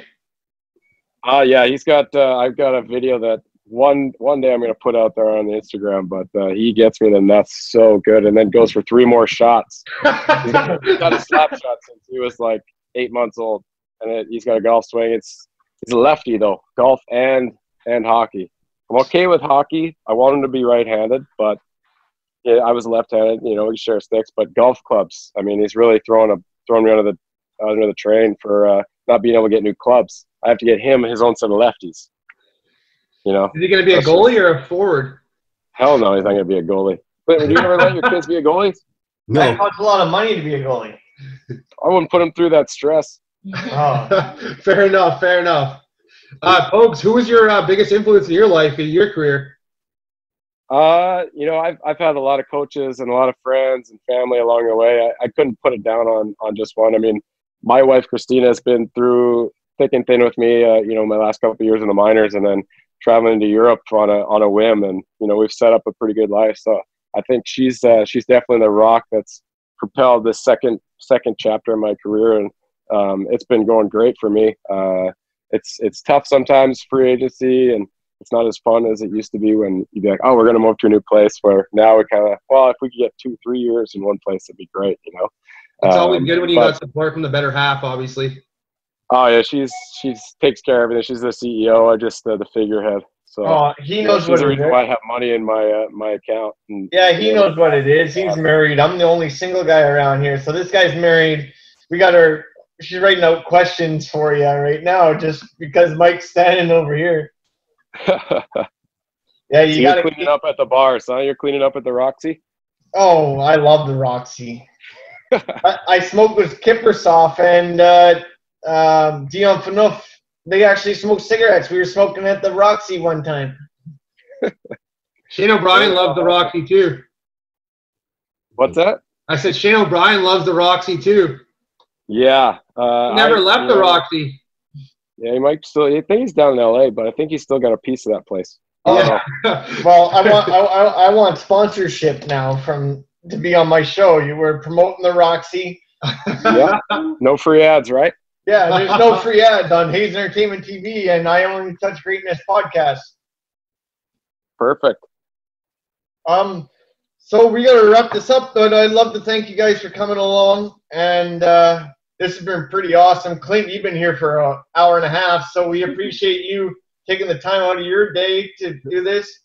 Well, my horses are pissed off. That's all. Oh, I know. They're going to be mad as shit. And Pogge, Clint's got a podcast coming up, too. He's doing with another buddy of his, Chuck Thus, and highly suggest you go on his podcast as well. All right. I'm new to this podcast game, but I like it. This is my first Zoom call, but yeah, it's been good. What's the way I can get a hold of you, Pogues? You give me an email. I mean, email, and then we could kind of sort out the numbers and everything. But my email's just JUST, and then my last name at gmail.com. And we're gonna edit that part out of this. Yeah, of course. All the contact info is getting edited out and stuff. And then the dick string. Yeah, I guess I gotta cut that dick story out, huh? You gotta save Clint. It's a different time now, Clint. You can't be saying like that. you can get, I know. Trust me, but I trust these guys too. Oh, yeah. Hey, Clint, 100%. Like honestly, like we'll even send you the video before we even post it. Like we're not like that. We're here to do professional stuff. And like I told you guys when I messaged you, we're all asking professional questions and stuff. Like we're not here to grill you guys. That's for sure. Yeah, no worries. It was a fun Zoom call. We've all played sports. We all have fucking stories that happen in the dressing room or those rookie parties or guys streaking the street after rookie parties and that kind of shit. I lead the league in penalty minutes. I'm like 5 feet tall and I just throw my body around like I'm Theo Fleury, you know? That's one way to do it. Pogues, you know Garth, my brother? You know what? I want to say I have met him, but just in passing. I'm pretty sure I've met him, but in passing. I've heard stories about the two, both of you guys. So I've had, Me? Probably more about your brother, but no, I'd like to hear him. Hey, let's go. We'll push. They were a long time. They were a long time ago, but that's many pucks to the head from that. Just so I could say yay or nay, you know. we're not in any rush, guys. So if you guys want to fucking tell stories, let's do this. You know how I don't have any stories. Maybe it was your brother. Was he down in Syracuse coaching? No. That's me. That was you. Yeah. You had my goalie partner, Adam Monroe. Oh, he's a good guy. Money. Yeah. He was, one of the beauts. Yeah. Just, he wasn't that professional hockey goalie mentality, but like, he was a hell of a goalie, you know? Yeah. He was a free spirit. Love the guy. I was telling a story about coaching, and it was Syracuse. I didn't name a name, and I had a goalie, and he's from, Czech Republic. And he held his hand like we called him the lobster because the lobster, the claw. The glove out front, yeah. Oh God! And anytime I tried to teach him anything, and I'm from Czech, Hasek from Czech. So, I told these guys that story, and I was like, "You're not Hasek, man. You're not even close." Come on, work with me a little bit. Yeah, let's try to. It's a little give and take, He just had it in his head that he was from the same area that Hasek was, so he was going to be the next one. Yeah. No matter what. Never played a game in the NHL though. Nope, he didn't. Not even close. Fuck, he couldn't play in the American League. Oh. I love the honesty. Well, hey, ever want to cruise up to Gardnerville, Nevada? Come up, Pogues. Is that where you're at right now? Yeah, up by Carson Nevada, City. Huh? Yeah, Lake Tahoe area. Yeah, I've been meaning to get up there. I really want to explore Tahoe and all that stuff. Actually, we were supposed to go. We were supposed to go houseboating up there, but this whole thing happened. It was the family going, and But if I'm up in that area, I'll definitely let's exchange information on email. And I got a million questions to ask you about everything. So really, maybe we can catch up later. Well, I'm here for you. He's starting his own podcast too. So I mean, that's a great way to advertise is getting Justin Pogge on there, Clint. Pogues, my wife is a power skating, figure skating coach, and they have a rink up at Tahoe. So she drives 30, 35 minutes up the mountain, and we're on the Nevada side of Lake Tahoe. So beautiful area, beautiful valley. I got horses. Your boy would probably be in heaven. Oh yeah, so would I. I grew up on horses. I'm an Albertan at heart. There you go. Are you still doing the dentistry for the horses, Clint? What's that? Are you still doing the dentistry for the horses? Yeah. Dentistry and chiropractic. Because all my public speaking has been kind of done. Hey, Pogues, do you ever read my book? I didn't. I would love to, though. I read as much as I can. I talk got a lot of time on buses and planes, so. Yeah. Well, I'll send you one. Give me your address and I'll email you. Perfect. Hey, Clint, you don't put your hand up the fucking horse's ass like Dr. Pole, do you? I do cattle that way. We pregnant. Okay, fair enough. Sometimes you got to get up there with the chain to pull it out. I've been there. Oh, he's not kidding. And I've been there before. That is a sight. Sometimes, if I get a horse that's colicky, you got to go up there and pull the shit out because they're blocked. And I do that.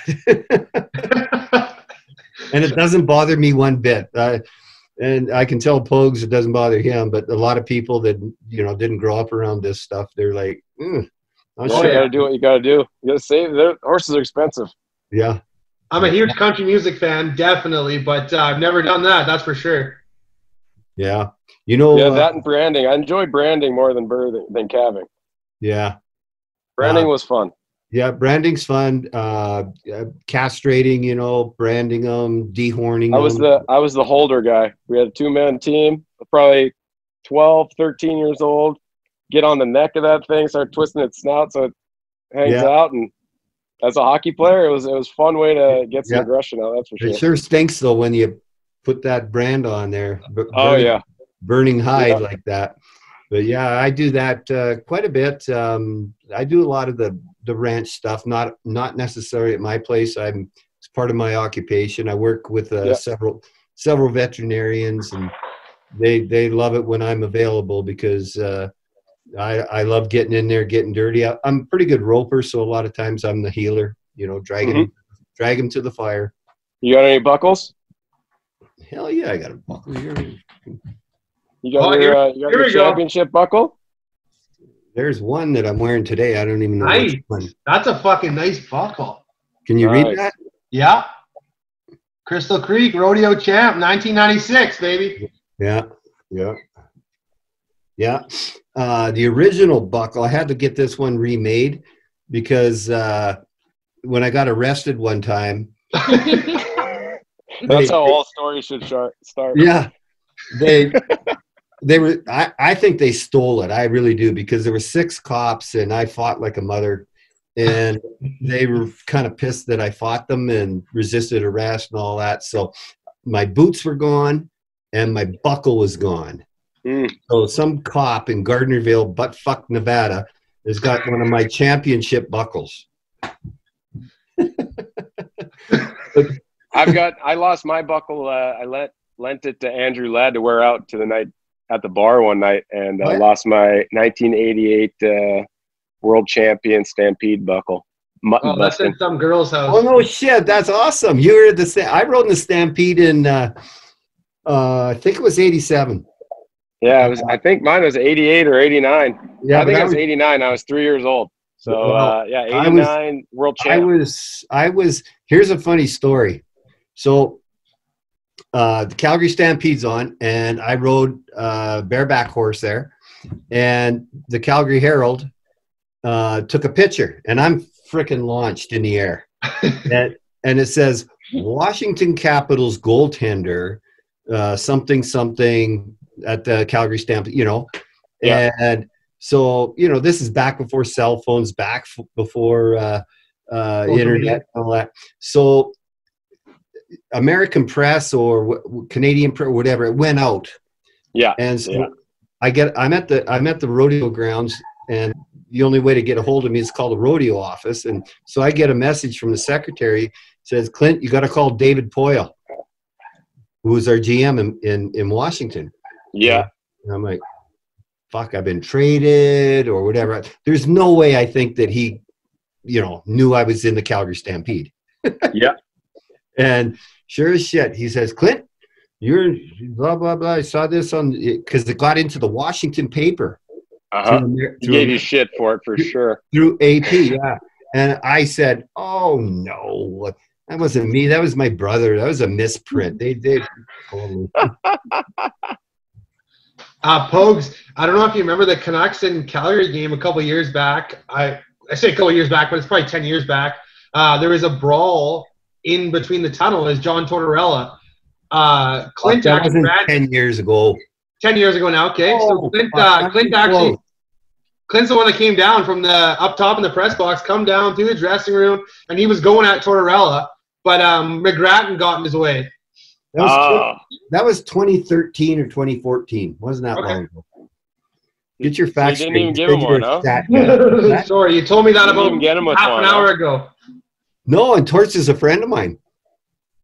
And I told the story to these guys. I said, Torts would have been so disappointed had I not shown up because he knew I was a scrapper. And Torts and I used to work out all the time in Buffalo. He was assistant coach. And we were always in the gym after everybody had gone. And we got to know each other real well. Yeah, he loves that fire, though. That's one thing about him, right? If you can push back a little bit with a little fire, he respects that. Yeah. He changed his stance on the if a player sits on the bench during the national anthem, because he came out public saying, hey, if a player sits on the bench for the national anthem, he's going to sit on the bench the whole game. I don't care who he is. And he just a couple days ago said he kind of changed his but his son is a Army Ranger, like Special Force guy. Oh wow.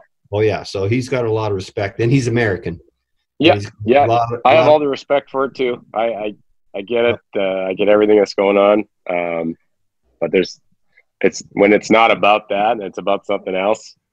Yeah. It's a touchy subject. Yeah, we don't want to get into I'll always stand up, but I'll believe in things. But we don't want to get into the politics around here because then that just means I gotta watch what I say, and I'm not very good at watching what I say. So it's hard. Stand up. Yeah, he's only 5 foot tall. He's literally Marchand. Look at him. Hey, Clint, my money would have been on you for sure, man. I think you would have hit him with that right hook, and Tortorella would have went down. No, you know what? Torts had huge arms. Huge. I mean, we'd work out all the time, and I think all he did was curls. Small hands, though, right? Yeah. Too heavy to lift. Yeah. I'll always look at the fighter's hands before I'll fight. You know, like they got big hands that are cut up. That's a guy that punches a lot. Here's my next question for both you guys, since we're still recording here. Either of you guys been in a hockey fight, goalie fight? Check out. I think Clint has. Google Malarchuk versus Gamble. Okay, Troy Gamble. Troy Gamble. My boy, my Vancouver boy. Oh, he's a great guy, and I hated beating the shit out of him, but he kept his blocker on, and that pissed me off. Yeah, you can't do that. You can't throw right. Yeah, only have to throw left, so you're going to keep your gloves on. Yeah, he kept his blocker on. And I fought Joe Vitale. Oh, okay. Hey, I was trying to go for Robert Bertuzzo, but Joe Vitale stepped in. Yeah. Tiger Williams, I fought twice. Mark Hunter fought. Oh, Tiger Williams, holy shit. That's a Vancouver guy. Yeah, I know. That's why I told you. The funny thing is, Tiger's a good friend too. I would love to have Tiger on. That guy's got more stories than anybody. He's like a Brad May of that era for sure. I could probably get you Tiger's info. Dean Kennedy, my buddy that I keep in touch with, him and Tiger are best friends. I would love to do that too on our show. He's a legend in Vancouver. We were in the minors, and I was playing with Fredericton in the American League, and Tiger was with the Adirondack Red Wings. And so Tiger, being Tiger, he's right in my crease, and that was back in the day. They could do that, but you were allowed to hack and whack, and Yeah. And so I'm chopping the shit out of his ankle and everything, and we kind of had a few words, and I said, "Fuck you, you want to go?" And the play went down to the other end. So the play goes down, the whistle blows. He skates all the way back slowly. And he goes, "Did you say you want to go?" And I said, "Yeah, let's fucking go, Tiger." And I said, "Give me a second." And I took my mask off, my gloves off, put them all on the net.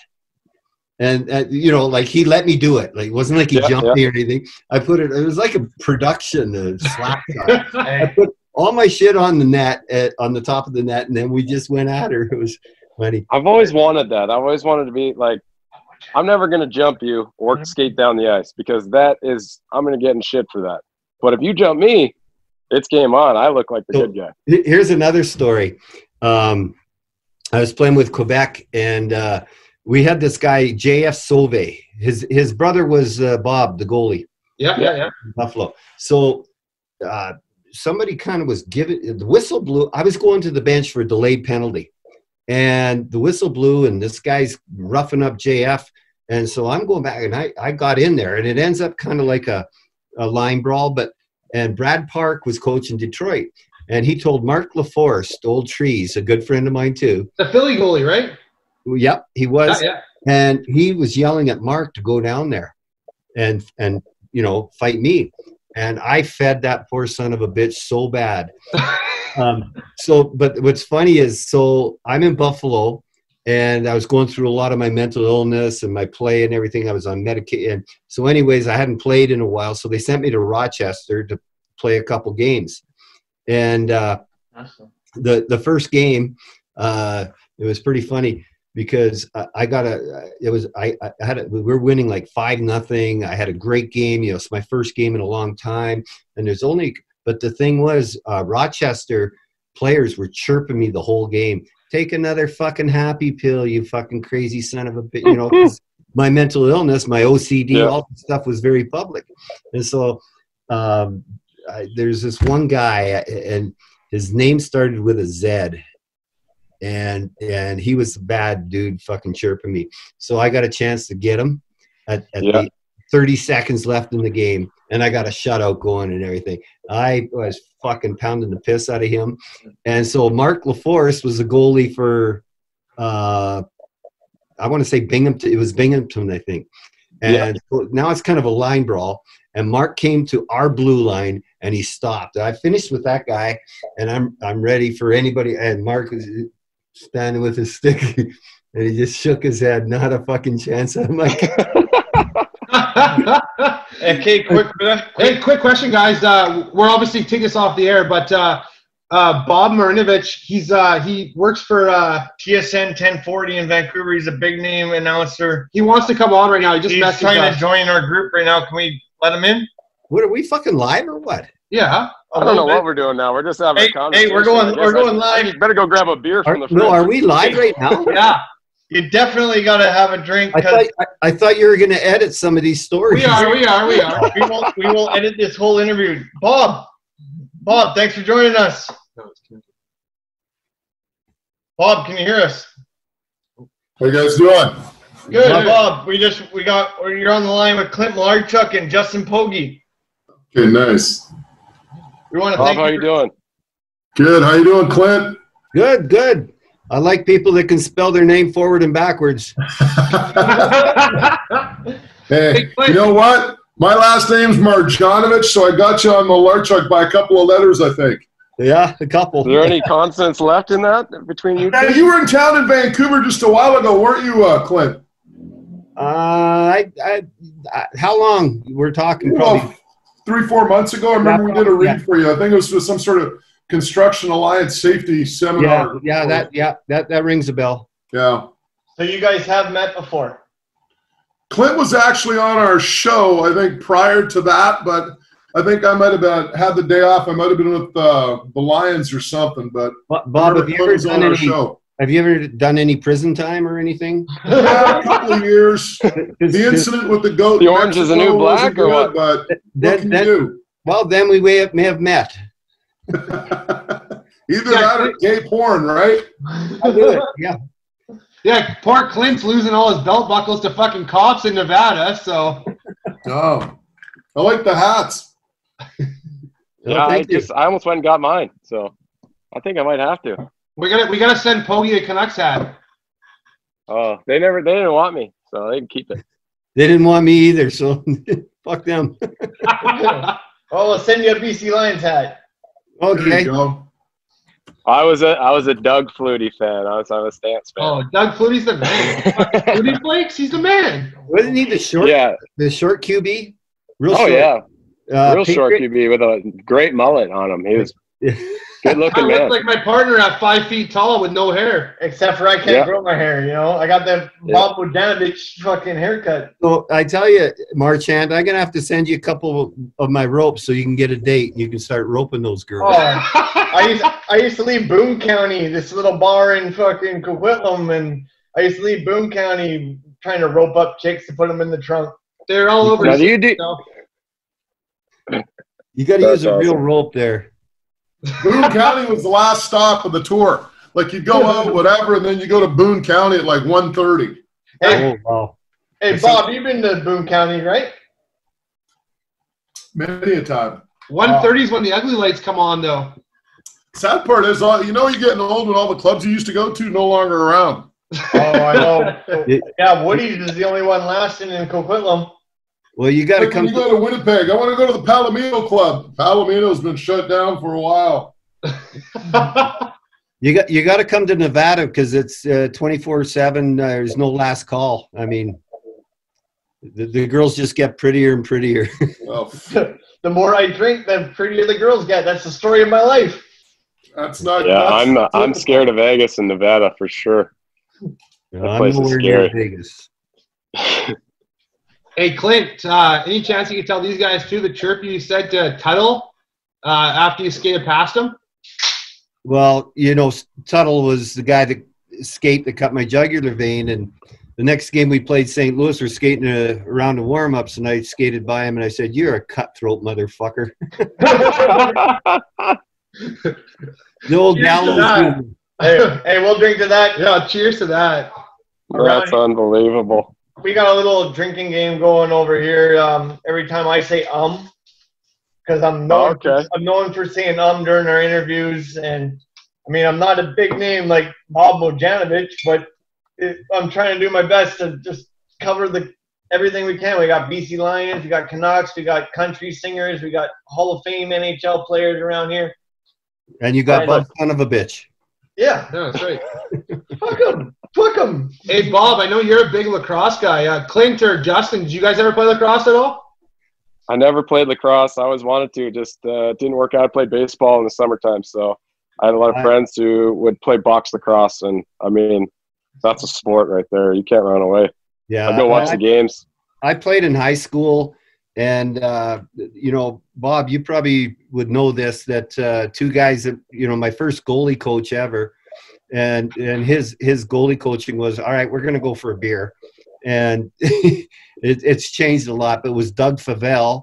Yeah, he played lacrosse. And Rick Dudley. Yep. Yep, they were two of the best. Played lacrosse. John Ferguson. There were a few other guys at that. Jack Bionda, if you go really like old school. It's like one of the greatest lacrosse players. I actually have a Jack Bionda lacrosse ball signed by him. Jack Bionda played for the Boston Bruins, like in their system, and I think he played a handful of games. I'll tell you a funny lacrosse story. So I played 2 years in the Western Lacrosse Association, which was kind of like I was a role player. Like I was. That was in Richmond, right? Yeah, Richmond Outlaws. So we're interviewing John Cooper one day, and we started talking about, you know, his ascent to coaching, how he never played hockey. He was a lacrosse guy. And Donnie said, he says, you know, we're both lacrosse guys here.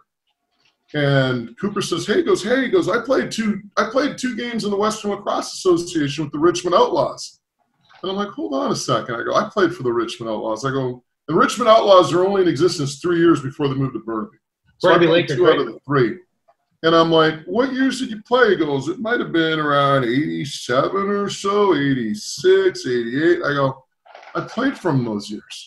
He goes, we might have been teammates. He says, you should check that out. So as we're doing the interview, I Google, and lo and behold, I find the stats.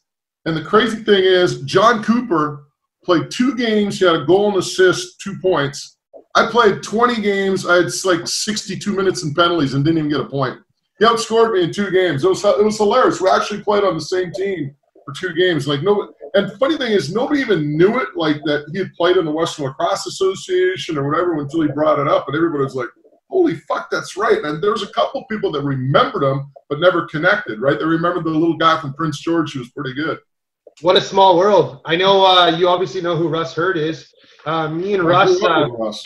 Yeah, me and Russ played together 3 years ago. He came out to play on my team, and obviously, was it Masters box or was it field? No, it's actually Senior C, Port Moody Lacrosse. We actually won the Nationals that year, the Western Canadians. We've been talking to Helford and Bruff, trying to get them to come out and watch, and I've been annoying the hell out of them, trying to get Helford and Bruff to come out and watch. And they said Russ and I grew up together. Like, fuck, I've known Russ for ages. I could tell you Russ Herd stories through the yin yang. So me and Russ, we played together every shift. It was me and Russ. It was fucking Mike, go set the pick, set the roll, and Russ is going to hit you with the ball. And every time it was in my fucking stick. And it was in the net. I scored way too many goals that year.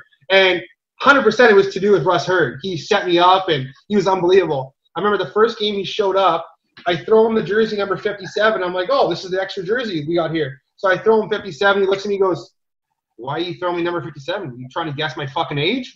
I said, Russ, I have no idea how old you are, man. I'm like, this is the only jersey we got left. I'm like, I'm throwing you number 57 because it's the jersey we got left. He goes, well, pretty sure you're guessing my age. I'm like, no.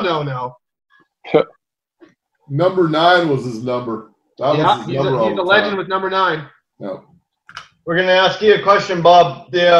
What's it working with, like, Don Taylor every day? The guy's a legend, I know. I meet him at the pool. I text into your show all the time.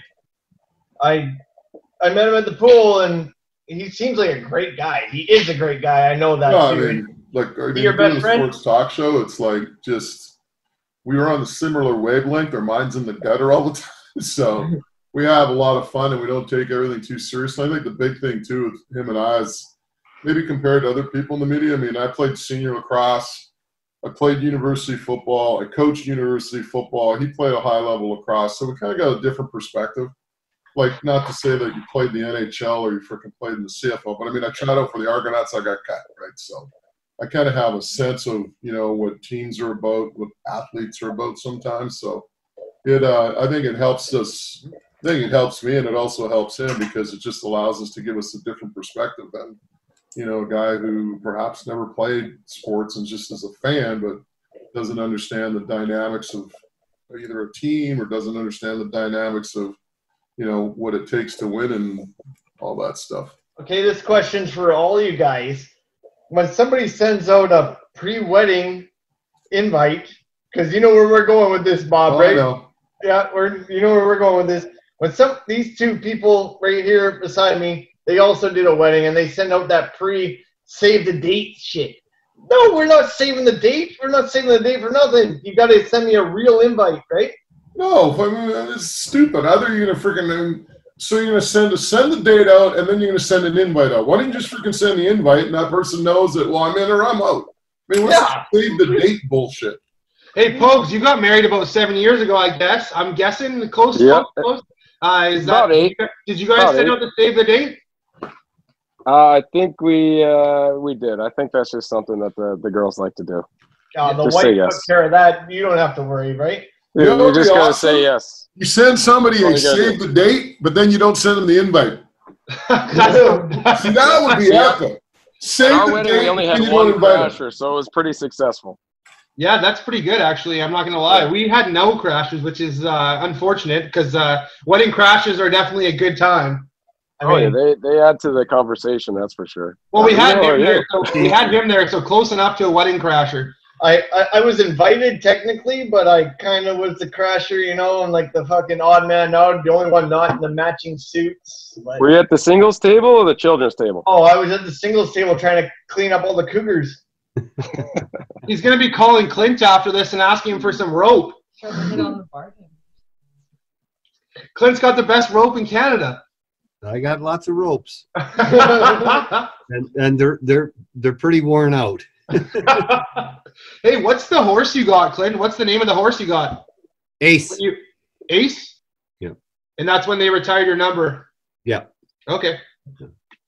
Yeah. And you still got her, and she's 36 years old? No, 33. And like I said, she's as blind now, or he's as blind now as when I played. Yeah. Probably as blind as you are too right now. I'm not blind now. I was blind when I played. Hey,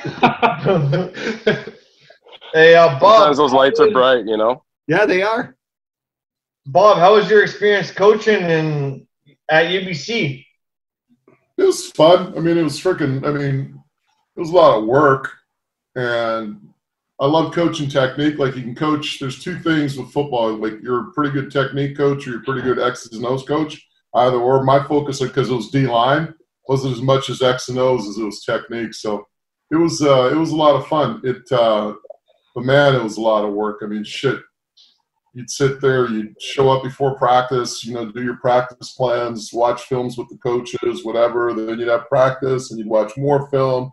Then you'd go home, and then you'd watch more film. So it was a lot of work. It didn't pay well, but you always take positives out of it, and took a lot of good things out of it. So it was a lot of fun. I've talked to a few goalie coaches in the NHL, like I was, like Andy Moog, a couple other guys that, we'd watch all our film and we'd do all our prep and, watch the opposing goalie for the next night. And we're done. We had practice in the morning. We're done pretty much thoroughly at 2 o'clock, maybe 3. And we want to go home. But the head coach, and Bob Hartley was a rink rat. And so none of us assistant coaches wanted to leave until he left, but he wouldn't leave till. It looks bad, doesn't it? Yeah. You think it is. And he'd leave at 7 at night because he'd be on the phone talking to Montreal press and all this stuff. And, oh, God, we're sitting there. Our work is done. But, yeah. That's why the coach's office usually has the beer fridge in it, doesn't it? Right. No, that game has changed a long time ago. Hey, Bob, how old are you? 1 second. Just getting rid of a he's chasing the fly. Saw the fly swatter there. Pull your pants up. You got plumber's ass going. Oh, please. Hey, Bob, how old are you? Plumber's ass and that. Bob, how old are you? 55. So, Craig Ellis? Craig Ellis. Edmonton Eskimos. I know him. He was like a slot back running back, right? Yeah. I don't know him personally, but I know of him. Okay. Yeah, he's a friend of mine, that's all. Yeah. I do have friends. So, Justin, did you play with Landon this year in Germany, I see? Yeah, I was with Landon. He was actually my roommate on the road. Oh, really? Old mini chicken parm, that guy. Yeah, he's a really good dude. Yeah, I loved him. He was awesome. We still keep in touch every once in a while. We're talking about Pereira, right? The thing with Landon, he's had such bad luck when it comes to injuries, right? Oh yeah, that kid could play, and if he could just stay healthy, Yeah. Man, he plays. He beat the shit out of someone this year. Some poor kid for him thinking that he was tough against him and just dropped him. It was unbelievable.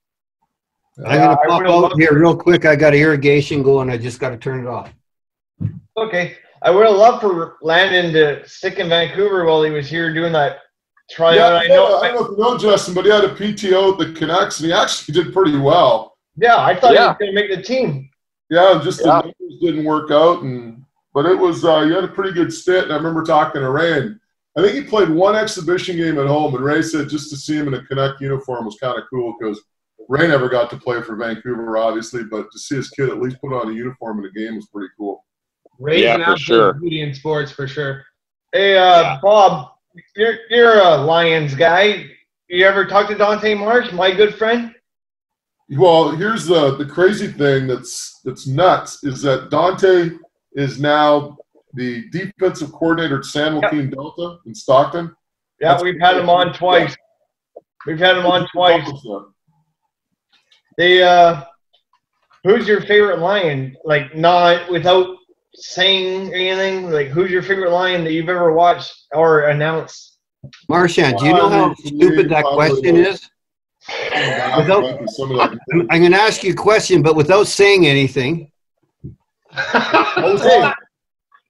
No, he's saying that because I look like Brad Marchand. You really look like Marchie a little bit. Yeah, I do. I got the beak. I play like him. Hey, you want to hear a small story, like a small world story? Yeah, let's go.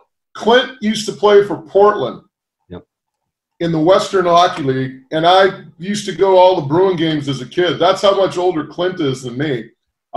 You were the one throwing Tell them about New Westminster and the hot dogs, the weenies. I'm looking at your numbers now, 79-80 in the dub. That was, I want to say New West was just starting to go downhill at that time.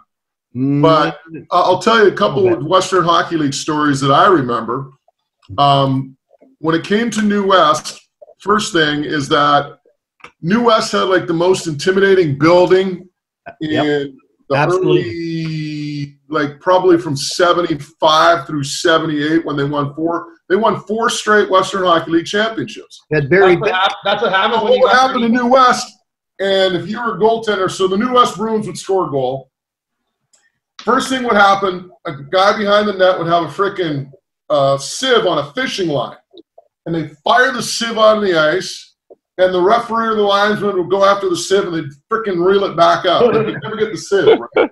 That's what happens when you got Ernie Punch McLean as a coach. Yeah. So they reel the sieve out, they throw the sieve out. And then what would happen is they go, New Westminster Bruins goal scored by number 9, Mark Lofthouse. Assist to number 21, Barry Beck, to number 7, Brad Maxwell. And then everybody in the crowd would stand up, and they'd look at, or no, the first thing after the goal was scored, everyone would stand up after the goal and point to the goal and go, Siv, Siv. The whole building would point at the guy and just yell at Siv, right? Do the Siv chant. And then when they score the goal, the announcer would come up. One side of the rink would yell, rah, rah, rah. The other side of the rink would yell, eat 'em up. But New West and Portland had like the New West and Victoria, but New West and Portland had like the craziest, nastiest rivalry.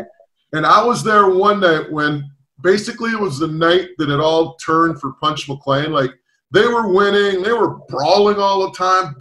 Fuck, I used to go to games, they'd win like 12-0, have a bench clearing brawl and kick the shit out of the other team. I'm not joking. No, you're right. I confirm. I remember one night against Winnipeg, they beat them like fucking 12-0, had a bench clearing brawl and kicked the shit out of everybody on Winnipeg. But the night that it turned for the Bruins, it was against Portland. I don't know if you were in that game, Clint, or not. No, it was New West had a line brawl, and what happened was I was right behind the Portland bench, and Ken Hodge would not allow any of his players to go on the ice, so he held everybody back. And there were like guys like those fucking 3-on-1s. I remember one of the Wesley brothers literally like crying, trying to get to the bench on his hands and knees. Bob, that was Blake Wesley. Yeah. And he was I know Blake Wesley. He's trying to get to the bench, and they just drag him back on the ice, and they just start fucking wailing on him. Yeah, it was. I just wanted to hop over the boards, and freaking Ken Hodge was like, not happy, kept everybody back. And after that night, they had those 5 guys charged. It was like Hobbins, Bruce Andrus was one of them. They had like 4 or 5 guys that got charged. It was really bad pub, and the team went to shit after that, and that's when the Bruins basically started to go on that downhill slide that watched them leave. That version of the Bruins leave New West. They came back a couple years later as a reincarnation from another team, and actually it was Patterson and then Punch coached them for a while. But that night was the night that freaking it killed them. Yeah, that was Bob's given a good narrative, but it was absolutely, like he said, it was absolutely cruel. Guys were getting broken bones in their face. I mean, their bench cleared. So they're basically beating up 5-6 guys.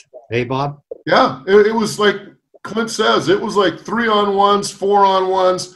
And I was like a huge Bruin fan, and I loved everything they did. But even that night, I was like probably like 5 rows up behind the Portland bench, and it was like right in front of me. I'm like, when you're seeing guys like crying, trying to get to the bench, and they're just getting the shit kicked out of them, and their teammates weren't jumping on the ice. Even as a Bruin fan, I was like, "Fuck, this is not." I don't think Barry Beck was there then, but no, there was guys, Fistrick. Yeah, Boris Fistrick. Yep. Fistrick, and I could dig it up on Hockey DB or whatever, but it was like I said, it was the night, and they had a bunch of guys that were charged. There's like 4 or 5 of them. You know who was one of them? Rick Aman was one of them too. You know what, Bob? If that happened today, these guys would be doing time. They'd be freaking time. Yeah. It would be on NBC, ABC, CBS, you name it. It would be on every freaking outlet out there. And it's funny. I remember showing if you go to YouTube, there's a line brawl between Victoria and New West.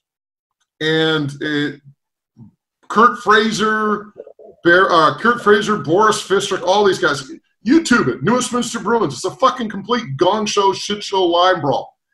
And I remember I was doing an event probably about 3-4 years ago, and I was doing it with for Richmond Sockeyes, BC Junior League, or BC Junior Hockey. And I was there with Troy Stetcher and Troy Stetcher's dad, and Stetcher's dad's about my age, and we were reminiscing. And Troy Stetcher, the Canucks, is like, really? He goes, that happened? And then I go, hold on a second. I Googled the YouTube brawl between New West and Victoria, and it's on YouTube. And he looked at it and he's like, oh my fucking God. I go, this wasn't just like, this happened like once. This happened like 4, 5, 6 times a year. You'd have benchmark brawls like that. Bob, do you remember the gas-offs in Medicine Hat? Yeah, Medicine Hat Tigers. Oh, 3 of the toughest meat. They're like the Hanson brothers. Yep. Bob, Brad, and Ken. Yep. Ken killed a deer one time. With his bare hands. You want to talk about a deer? I'm going to tell you this story. So it was a 25-year anniversary. So it was like 2002, 2003, somewhere in there. We were doing a show, and it was the Bruins. Ron Toigo, the Giants, had brought back all the Bruins from '78, and they had a big dinner, kind of like VIP reception at the Royal Towers Hotel in New West. You might remember that. I think you guys might have stayed there. All the junior teams stayed there. So we're interviewing like 2-3 guys at a time. So we interviewed Punch McLean. And I said to Punch, I go, the craziest thing, I saw a lot of shit happen. I saw the Sibs. I saw the night Punch went out after freaking Bart Hunter and Bart Hunter did the blind man walk. Yeah. I know this stuff. This is my time. Oh, fuck, Bart. So this is the story. So Bart Hunter is a goalie. Punch McLean had been in a plane accident, lost an eye. So he had one eye. And he was pretty particular. The Bruins had a guy named John Paul Kelly, wore number 17, wound up playing in the NHL a bunch of years for the LA Kings. Yep. Big, physical, tough forward who could fuck. Yep. He hit you, you'd feel it, right? So there's a bench clearing brawl. Kelly got involved in a fight, and his helmet was off, and he had one of the first players to wear a shield because of the eye injury. So the goalie on Portland picks up the helmet, puts it on, and does like a blind man walk, right? Yeah, this is also on YouTube. You can dig this up. Punch McLean goes off the Bruins bench and is pointing his finger at the goalie, like down, like freaking by the dots in the face-off circle, right? And he's giving him a lecturing and oh fuck. So anyway, getting back to the deer story. Well, wait, so now you got a coach. We're doing this remote. You got a coach walking on the ice. Yeah. It was crazy. It's on Google it. It's on YouTube that night. So the one we're doing this reunion dinner with these guys or this show, and I'm interviewing Mark Lofthouse, and I go, Mark, we're talking and we're interviewing everybody. So Punch McLean comes by, and I said, the craziest thing of all the stuff I saw at Queen's Park Arena, I said the frickin' night the deer head came out on the ice with the antlers. And Punch is like, well, no, Bobby, that never happened. I go, what do you mean, Punch? I freaking, no, Bobby, we never had a deer head. Like he says, we had salmon, we had octopus, we had chickens, rubber chickens, hot dogs, like all this shit. I said, Punch, there was a night there was a freaking deer head that was thrown on the ice. Blood, like severed deer head, like freaking blood still coming off it, the antlers. And Punch is going, no, it never happened. So anyway, we leave it. So we're rotating guys, like 2-3 guys, like every segment. About, I don't know, 3-4 segments later, start talking to Mark Lofthouse. I go, Lofty, so what's the craziest thing? He goes, by far, he goes, the night the deer head came out on the ice. And we just start laughing. I go, get Punch back here. I told him it was a deer head on the ice. And then here's the kicker to the story. One of the guys there, that's a buddy of mine from New West, told me the story. It was these 2 families in New West, the Turas and the Thornhills. Turas were all wrestlers. They were like in the Commonwealth Games. Thornhills were all like Gold Glove boxers. And lo and behold, they're the ones that brought the deer head into the building and freaking fired it on the ice. I play against Patty Thornhill, who's a tough guy in our lacrosse league. He's a fighter, and that's one of the guys. Is it Derek or Dave's kid? I think it's Derek's kid. Yeah. Derek was a really good player this day, too. And the Turas still play. So, Justin, aren't you glad you didn't freaking play in that Western Hockey League? Poof. I might have a few more stitches. Maybe no teeth. And I think I can hold my own, though. Hey, Bob, what about some of the coaches back then, like obviously Punch? I mean, Patty Janelle. Scotty Monroe, Ken Hodge, but Punch. Shit, he got. Hey, Clint, tell Justin what it was like to be a goalie and go out of your crease back then. Tell him that story.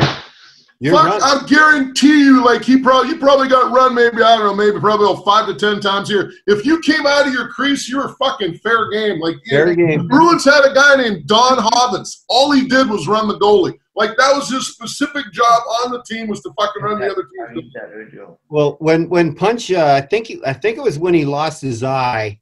Got in a little tiny plane, got in a plane crash. But he was lost in the bush for, I don't know, 5 days. Sometime I heard about that story. Yeah, somehow he found his way to civilization. And you're talking about Shaky McLeod. Remember him, Bob? Yep. These coaches, and it was entertainment. Like Punch would throw a 55-gallon drum on the ice, just throw it on the ice, and the referee, it's full of garbage. They got to pick up the garbage, and the fans in New West would just go crazy about it, And Patty Janelle wore a cowboy hat, and he used to fucking fired at the referee once in a while. Obviously, Punch McLean's way before my time, and same with the Bruins, but I actually run into Punch once in a while at the Canucks games or around these sports events. We go to Hockey Helps the Homeless and that kind of stuff, and he's always there, and he's such a genuine guy. He's a beauty. Yeah, he bought a gold mine or something up in, I don't know. You said he got lost, Clint. He got lost again. This is about, I don't know, 4 or 5 years ago now? Well, probably about 8. When he went up, the first time he got lost is we had the plane crash, and he survived that. Right. 8 years ago, he went gold mining, and they couldn't find him for like a week, and they finally found him. Yep. No, that's Punch. I mean, you talk about tough. Some coaches, they act tough and they coach tough and everything. These guys back then, Shaky McLeod, Punch McLean, Scotty Monroe, they could back it. They were tough human beings. Patty, who was your toughest coach? Probably Ken Hodge.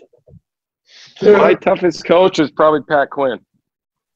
That's the coach I would put my money on, and his prime to be pound for pound the toughest guy. Yeah, I can see that. Yeah, for sure. You told me a story about Brian Burke when Berkey was my GM in Toronto, and I went golfing that summer or the summer before with him and with Pat Quinn and Bob Nicholson and Penticton, and Quinn goes, that picture that Berkey has in his office where he's got the black eye and everything. It's him playing at I can't remember what school he was playing at, but he was with Ron Wilson and and he's with story turns out is that was picture day, and one of the guys tripped Berkey and said, "What the hell are you doing here? Not on the fucking team." So he was there. He was one of the academic guys, right? So then Berkey got mad, tried to fight him. And he got his ass kicked. And, he did? Pat Quinn goes, his bark's a lot worse than his bite. Yeah. You don't need to worry about him. Yeah. Pat Quinn, God bless his soul, he's one of the most amazing human beings. I mean, I got kicked out of the Spengler Cup for fighting in the quarterfinals. And he goes to me after, he's like, "Pokes, you going to do that again?" No, sir. Okay, you're playing in the gold medal game. All right, thank you. Awesome. Patty Quinn's definitely one of the biggest names in Vancouver. A huge Canucks fan, as you can see. Giants. He's one of the biggest names ever in our. If you want to talk about hands, that guy had some paws on him. Holy shit, he did. His hands were fucking huge. I'll tell you, two Pat Quinn stories that I got in my freaking arsenal. Let's go. For a sports paper way back when. It was in the 90s, and we'd made arrangements to have an interview with Pat Quinn, and everything kind of went haywire because that was the week they fired Rick Lee. So the first game, I want to say, was against Chicago, Rogers Arena. Game day skate. I was supposed to interview him after the skate. Didn't happen. And they said, we'll set it up for tonight.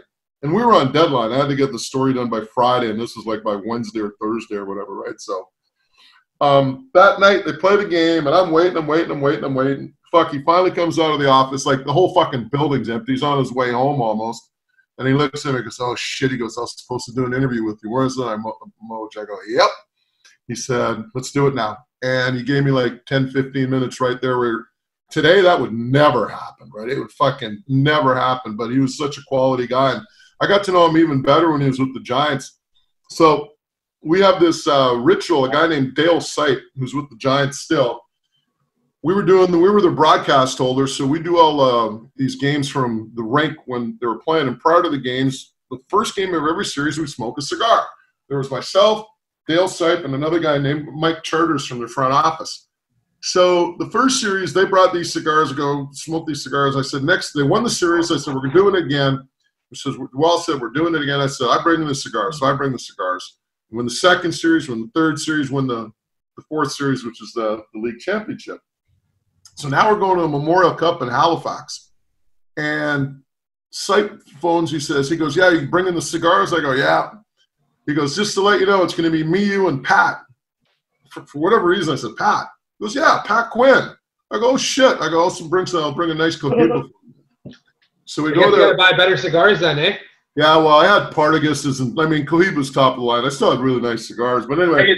That's one of the questions I got for you. So what cigars are you smoking these days? I smoke everything. Upman's, Partagas, Monte Cristos. So, Pat, we show up to Halifax, and we light up the cigars. We're smoking the cigars outside the rink like a couple hours before game time. And his wife, Sandra's like, Pat, you shouldn't be smoking. Pat, you know you're not allowed to smoke. And Pat's like, relax, Sandra. It's just one cigar. I'm like, okay, whatever. He had, like I said, I gave him this big friggin' Cohiba Siglo, like a real long one. So what he does, he doesn't smoke at all. He clips it. For like the next 3 days, he's like a fucking dog with a bone. He's got this thing out of his mouth, chewing on it. The end of it is fucking all gnarled. He's sucking the juice out of this thing for like 3 days. Every time I see him, he's got the cigar in his mouth. And Sandra's usually by him, and his wife is just giving me the freaking dirtiest look. So then we go into this bar called the Old Triangle in Halifax, in Moncton, I should say. We're at Moncton for the Memorial Cup. We go to Moncton. What a town, Moncton. Oh, fuck, it's awesome. We had a great time. That week was like 3 days. So we go to this bar called the Old Triangle. All the parents are there, all the Giants VPs. And here's Pat, and here comes his daughter, Callie. And Callie's she's like Pat, if you know what I mean. She's rather thick and big, and so here she comes at the bar. She goes, did you give my dad a cigar? I go, yeah. She goes, do you give an alcoholic a drink? I go, no. What the hell are you doing giving my dad a cigar? And she's just reaming me out. And right behind her is Sandra, Pat's wife, and she's fucking giving her the finger point too. And I'm just saying, I'm going like this. I'm like, whoa. I go, hey, and I'm just like trying to backpedal and get, out of the freaking line of fire. I look over at Pat. Pat's sitting at a table. He's got a shit-eating grin on his face, drinking a pint of beer, and he's looking at me, just laughing his ass off. And I looked at him. I'm like, what the fuck? I go, you're supposed to be like the man's man, coach of the Leafs, coach of Team Canada. I go, you don't even run your own family. And he's just sitting there fucking killing himself while I'm fucking dodging bullets from his wife and his daughter. He was a good man, though. He was like, I really had a lot. I'll tell you, so I host a golf tournament, and one year Pat played it up in Whistler. I got usually anywhere between 10 and 15, 20 NHL players in it, right? Must have missed my invite. I don't know. You did. You and me both. That was my next. Didn't get enough games, I guess. Hey, that was my next question. Who's fucking awesome? Did you ever play with Bodie at all in Toronto system? Yeah, I drove with Bodie from Anaheim when we got cut. We were both loaned to San Antonio, and I said, Bodie's on the list too. So I've done a couple of events with Bodie, and Bodie's like, well, how come you never fucking invite me? And I go, Troy, I go, fuck, I invited you. I sent him emails, and he never shows. So I get the same bitching and complaining. You sound like Bodie. Anyway, we drove from Anaheim to San Antonio in his Trailblazer or whatever he was driving at that time. And I skipped the flight from the team, said, no, keep the money. I'll drive with Bodes. It'll be fun. Well, I'll tell you Bodie's story in a second. Actually, I think I got the photo on my phone. But the thing is with Pat, he was just a super quality guy. Like he was just. We had the tournament. I was going to say we had the tournament, and every single guy that was there that was in the league, had they known Pat or not known him, everybody made a point to walk over and shake his hand. Like it was like fucking Pope being there, right? Like all these guys, like whether it was Shea Weber or Cody Franson or whoever, like everybody walked over and shook Pat's hand. Like that's how much respect he had. That guy's a legend for sure. Bob, I've never gotten an invite to your golf thing either. I mean, I can't golf worth a shit, but I'm the best cart driver there is. If you can drink, then you might be in shape. No, I tell you, there's a tournament, a bocce tournament, that they have every year up in Kelowna. Every second year, a guy named Brett McLean. I don't know if you ever played against Brett, Western Hockey League. He was with Kelowna for a few years. Played a bunch. That definitely sounds familiar. Yeah. Played for the Coyotes, I believe. He played with the I know Brett McLean, yeah. I want to say played like 300 games in the National Hockey League. Coached over a bit over in Austria. He's the assistant coach for the Minnesota Wild's farm team. So every year he has a bocce tournament, 2-person teams, like about 60 teams. So it's like about 120 people, and everybody dresses up in costume. Oh, wow. So I could be the Don Terry guy, I don't know if you're going to be able to see this. Can you guys see that? That's like great. I love it. That's Blake Como in the tights. That's Bodie in the chair. Nice. So didn't get invited to that one. I'm not sure who's better looking. Como and Bodie were the guys from freaking Dodgeball, right? Yeah. And Bodie was like fucking Patches O'Hallahan or whatever his name was. He was fucking throwing the crescent wrench at everybody all day long, right? The crescent wrench. But the funny thing is, you dodge a wrench, you dodge a ball. Bodie had been drinking like all day sitting in a wheelchair. So at the end of the day, he went to take a piss, and I was standing like about 5 feet from him. He gets up and just does a fucking face plant and just starts fucking laughing his ass off because like he's so hammered. He hasn't stood up in about 4 hours. He just went, whoop, and started fucking laughing like a 5-year-old. I'm surprised he didn't piss himself. Sounds like Bobby Hall. That's awesome. Bodie's, I love Troy. He's a great guy. We've done a bunch of events together. Yeah, he's a good dude. Who's your Moj? This one's for you. Who's your favorite guest you had on the Moj shootout? But don't say anything. What? They're all good guys. I know. It's hard to pick one, of course. Well, I'll tell you one that was kind of interesting, was unexpected, was one year we were supposed to have Johansson in the tournament. He said he couldn't make it. Ryan Johansson? And then all of a sudden, I coached that kid in lacrosse. He shows up, and I'm like, I thought you weren't making it. He goes, yeah, I changed my plans, which was pretty cool because he just showed up like on a whim, and we had to like actually throw him on an extra team, and I appreciated that because he made an extra effort to be there. He's a great kid, man. Kid, well, last year he donated a trip that we raised $10,000 on. Like he just threw the trip in on a whim. He said, trip to National on me, tickets, hotel, airfare, and we raised $10K just on that. Yeah, he lives right next door to, I believe, he lives up in Anmore with Don Taylor. You're close. They're up there. They're close. Yeah, they're in the closed gated community up in Anmore. Yep. Where the big boys play, Don Taylor's super official. Wow. Hey guys, I'm sorry. Thank you for having me, but I got to bail out here. Justin Pogge, thank you for singing this long. We appreciate you singing this long, and this is way longer than we thought it was going to happen, so I appreciate. No worries. I appreciate you guys inviting me on here, and Clint and Bob. Nice chatting with you. Yeah. I got to fly too here. I've been on here for about 2.5 hours. Hey, Clint Malarchuk, you've been on here for an hour and a half, so we thank you for doing this. An hour and a half. Boys, too. Check we thought you lost track of time. It's been 2.5 hours, man. 2.5. Yeah. All right. Got to go, boys. I love you, Clint. I love you, Pogge. Take care, man. Thank you very much for coming on, guys. We really appreciate it. Muchachos.